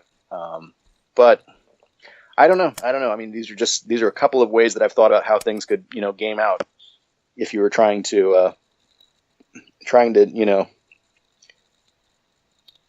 I don't know, maybe my ideas sound crazy. Probably some people in the audience are shaking their head. No, that'll never work. We couldn't do that. But the only other option, the only other solution is to allow things to continue the way they have been, which maybe it's acceptable. That's another thing. No politician wants to say that, but like you said, maybe we should just accept nuclear North Korea. On humanitarian grounds, I think it's a disaster. Which is, I think, aside from the threat to the neighbors, I think the humanitarian situation inside of North Korea is the most egregious thing about the whole situation, the most unacceptable thing. Mm-hmm. But I don't know. I mean, these are just some ways I've thought about that. If we were to have war, I'm not a 4-star general. I've never served in the military. It all may be entirely implausible. I mean, probably a lot of military people might say that once we decide to go to war with North Korea, it's total all-out war. There's no holding back anybody in South Korea. South Korea has to go all in too. Everybody, it's a full push at that point. And maybe that's right. But, another thing I've thought is America has satellites, right? Mm-hmm. We have Google Earth. And I have to imagine that, the NSA and the military and all these things, military intelligence or whoever, I mean, they can look at a square block of a country, right? Mm-hmm. In real time, they can zoom in on that. They can see that, and they can see exactly what's happening there. I mean, what if we had? Well, I don't know how many launchers we have. I don't know how long it takes for a missile to go to target or whatever. After you launch it, if it can happen fast enough. But the thing, what if we, divided the entire North Korean country into grids, and we said, okay, we're going to put this many intelligence analysts on each grid, and you're just going to watch. And if something pops up out of the ground here on the side of this mountain, and it looks like they're going to launch a missile from there, we're hitting it immediately. And if we see troops leaving the city, going somewhere else on trucks or whatever, we see large formations of troops, we're hitting it. Anything, if we see something that looks like Kim Jong-un's moving from house to house or whatever, we're hitting it. I mean, I think this probably sounds a little sci-fi-ish, and it's probably somehow, I'm sure there's a flaw in the plan. I'm sure we probably couldn't launch enough stuff to totally incapacitate the whole country at the beginning of a war. But, I think I read somewhere that there are 440 bomb sites already mapped in North Korea or something, but there's also stuff that we don't know about that's already underground, and we don't know where it would pop up necessarily. Mm-hmm. But I'm just saying, it would probably take, thousands of analysts watching separate screens, each one responsible for a small section of the country. And then there would have to be some sort of a thing where they can report what they're seeing. If they're seeing troop movement, if they're seeing, a missile silo revealed under the ground, if they're seeing anything like that, they have to be able to, say, okay, this is a level 1 priority, this is a level 5 priority, and they need to be able to give those coordinates out to the bombers or whatever. But I'm just saying, North Korea is a small country. It's not like you're bombing Russia. It's not like you're bombing in China or something like this. This is a small country. Okay, think about Indiana. Because South Korea is almost exactly the same size as Indiana, mile for mile, kilometer for kilometer. Think about that. If Indiana declared war on the rest of America, do you think that the American military, with all its might brought to bear on Indiana, how well do you think they could control what was coming out of Indiana at any given place, right? And again, there's only one major, there's one major city there, Pyongyang, and beyond that, they've got death camps, they've got military facilities, they've got smaller towns out there, they've got whatever they've got. But I'm saying it's in some ways it's somewhat similar to Indiana in that it's not a major urban modern society. It's a rural kind of place in a lot of the country. It's a highly militarized place. But I don't know. I'm just saying I think like, you know, the fact that we've been to some degree under threat for the past several weeks has made me think about these things. Like, if we were going to go to war, how would the military do it? And obviously, you know, a lot of this is just like wild ideas bouncing around in my head because I haven't served, don't have any background in that area. And so I don't know, but I'm just thinking like, this is a small country. You know, the things that they're going to want to try to do are pretty limited. They're going to want to launch a lot of missiles. They may want to launch some chemical nerve gas or something like that. They may go nuclear, but I mean, you know, how do we stop that? And another thing, I think that one of the reasons that we don't shoot down missiles when they're launched or don't attempt to is because I think that like I worry sometimes that American missile interception technology is not as omnipotent as, you know, the American military would like everybody to believe. And if they were actually trying to shoot down a lot of these missiles and they weren't succeeding, then, you know, the rest of the world would say, hey, you know what, America actually can't stop it if we want to do this. Yeah, I mean, I think that's probably pretty much accurate. I mean, it's not even that, you know, hard to figure out why. It's just a hard thing to do, you know, to shoot a missile out of the sky. It's not an easy feat, even now. So, yeah, it's totally understandable that wouldn't be able to catch, even if it caught some of them, it wouldn't catch everything, I wouldn't think. So. Yeah.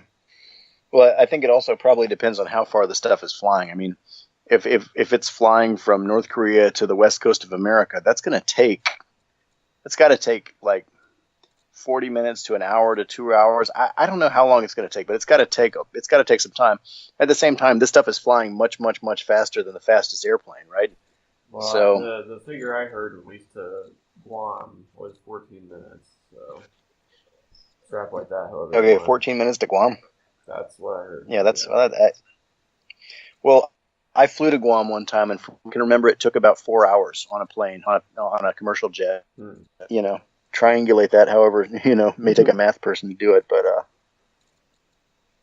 yeah. Anyways, I don't know. I mean, obviously, there's a lot of things to think about, and it would help, you know, to have some background in that. But I don't know. I'm just thinking like, I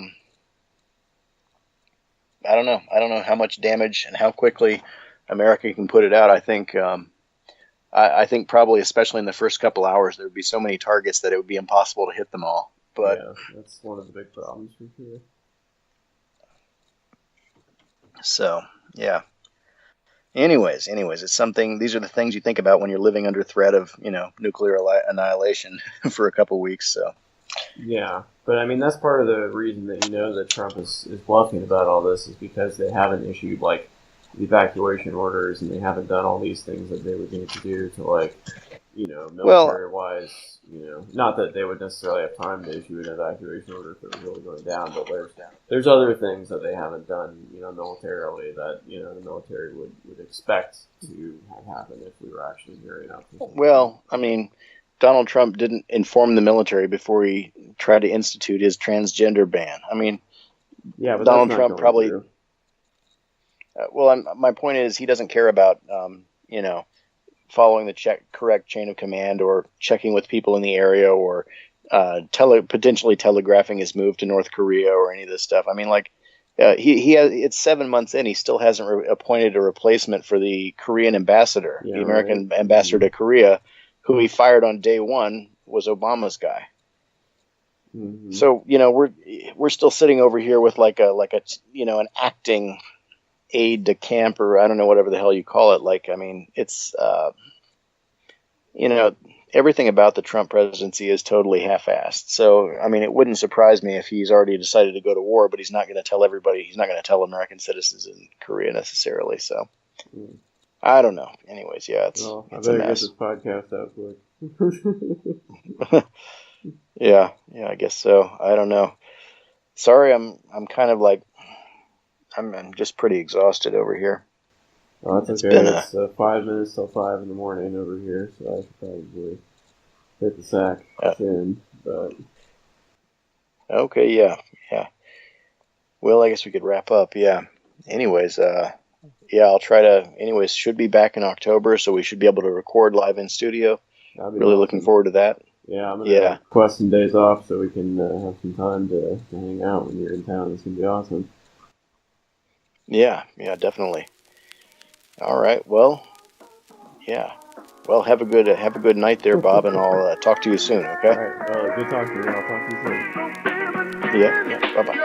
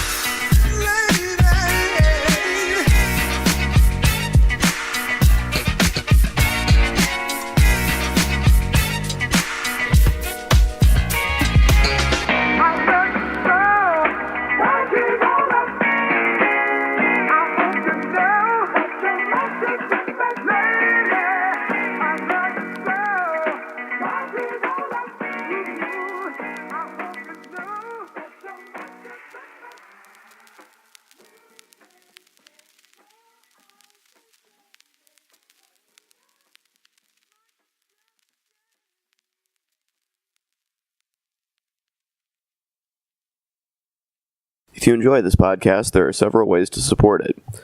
I have a Patreon account, which can be found at www.patreon.com/Rob Burgess Show Patreon. I hope you'll consider supporting in any amount. Also, please make sure to comment, follow, like, subscribe, share, rate, and review the podcast everywhere it's available, which includes iTunes, YouTube, SoundCloud, Stitcher, Google Play Music, Facebook, Twitter, Internet Archive, TuneIn, and RSS. It really helps. The official website for the podcast is www.therobburgesshow.com. You can find out more about me by visiting my website, www.thisburgess.com. Until next time.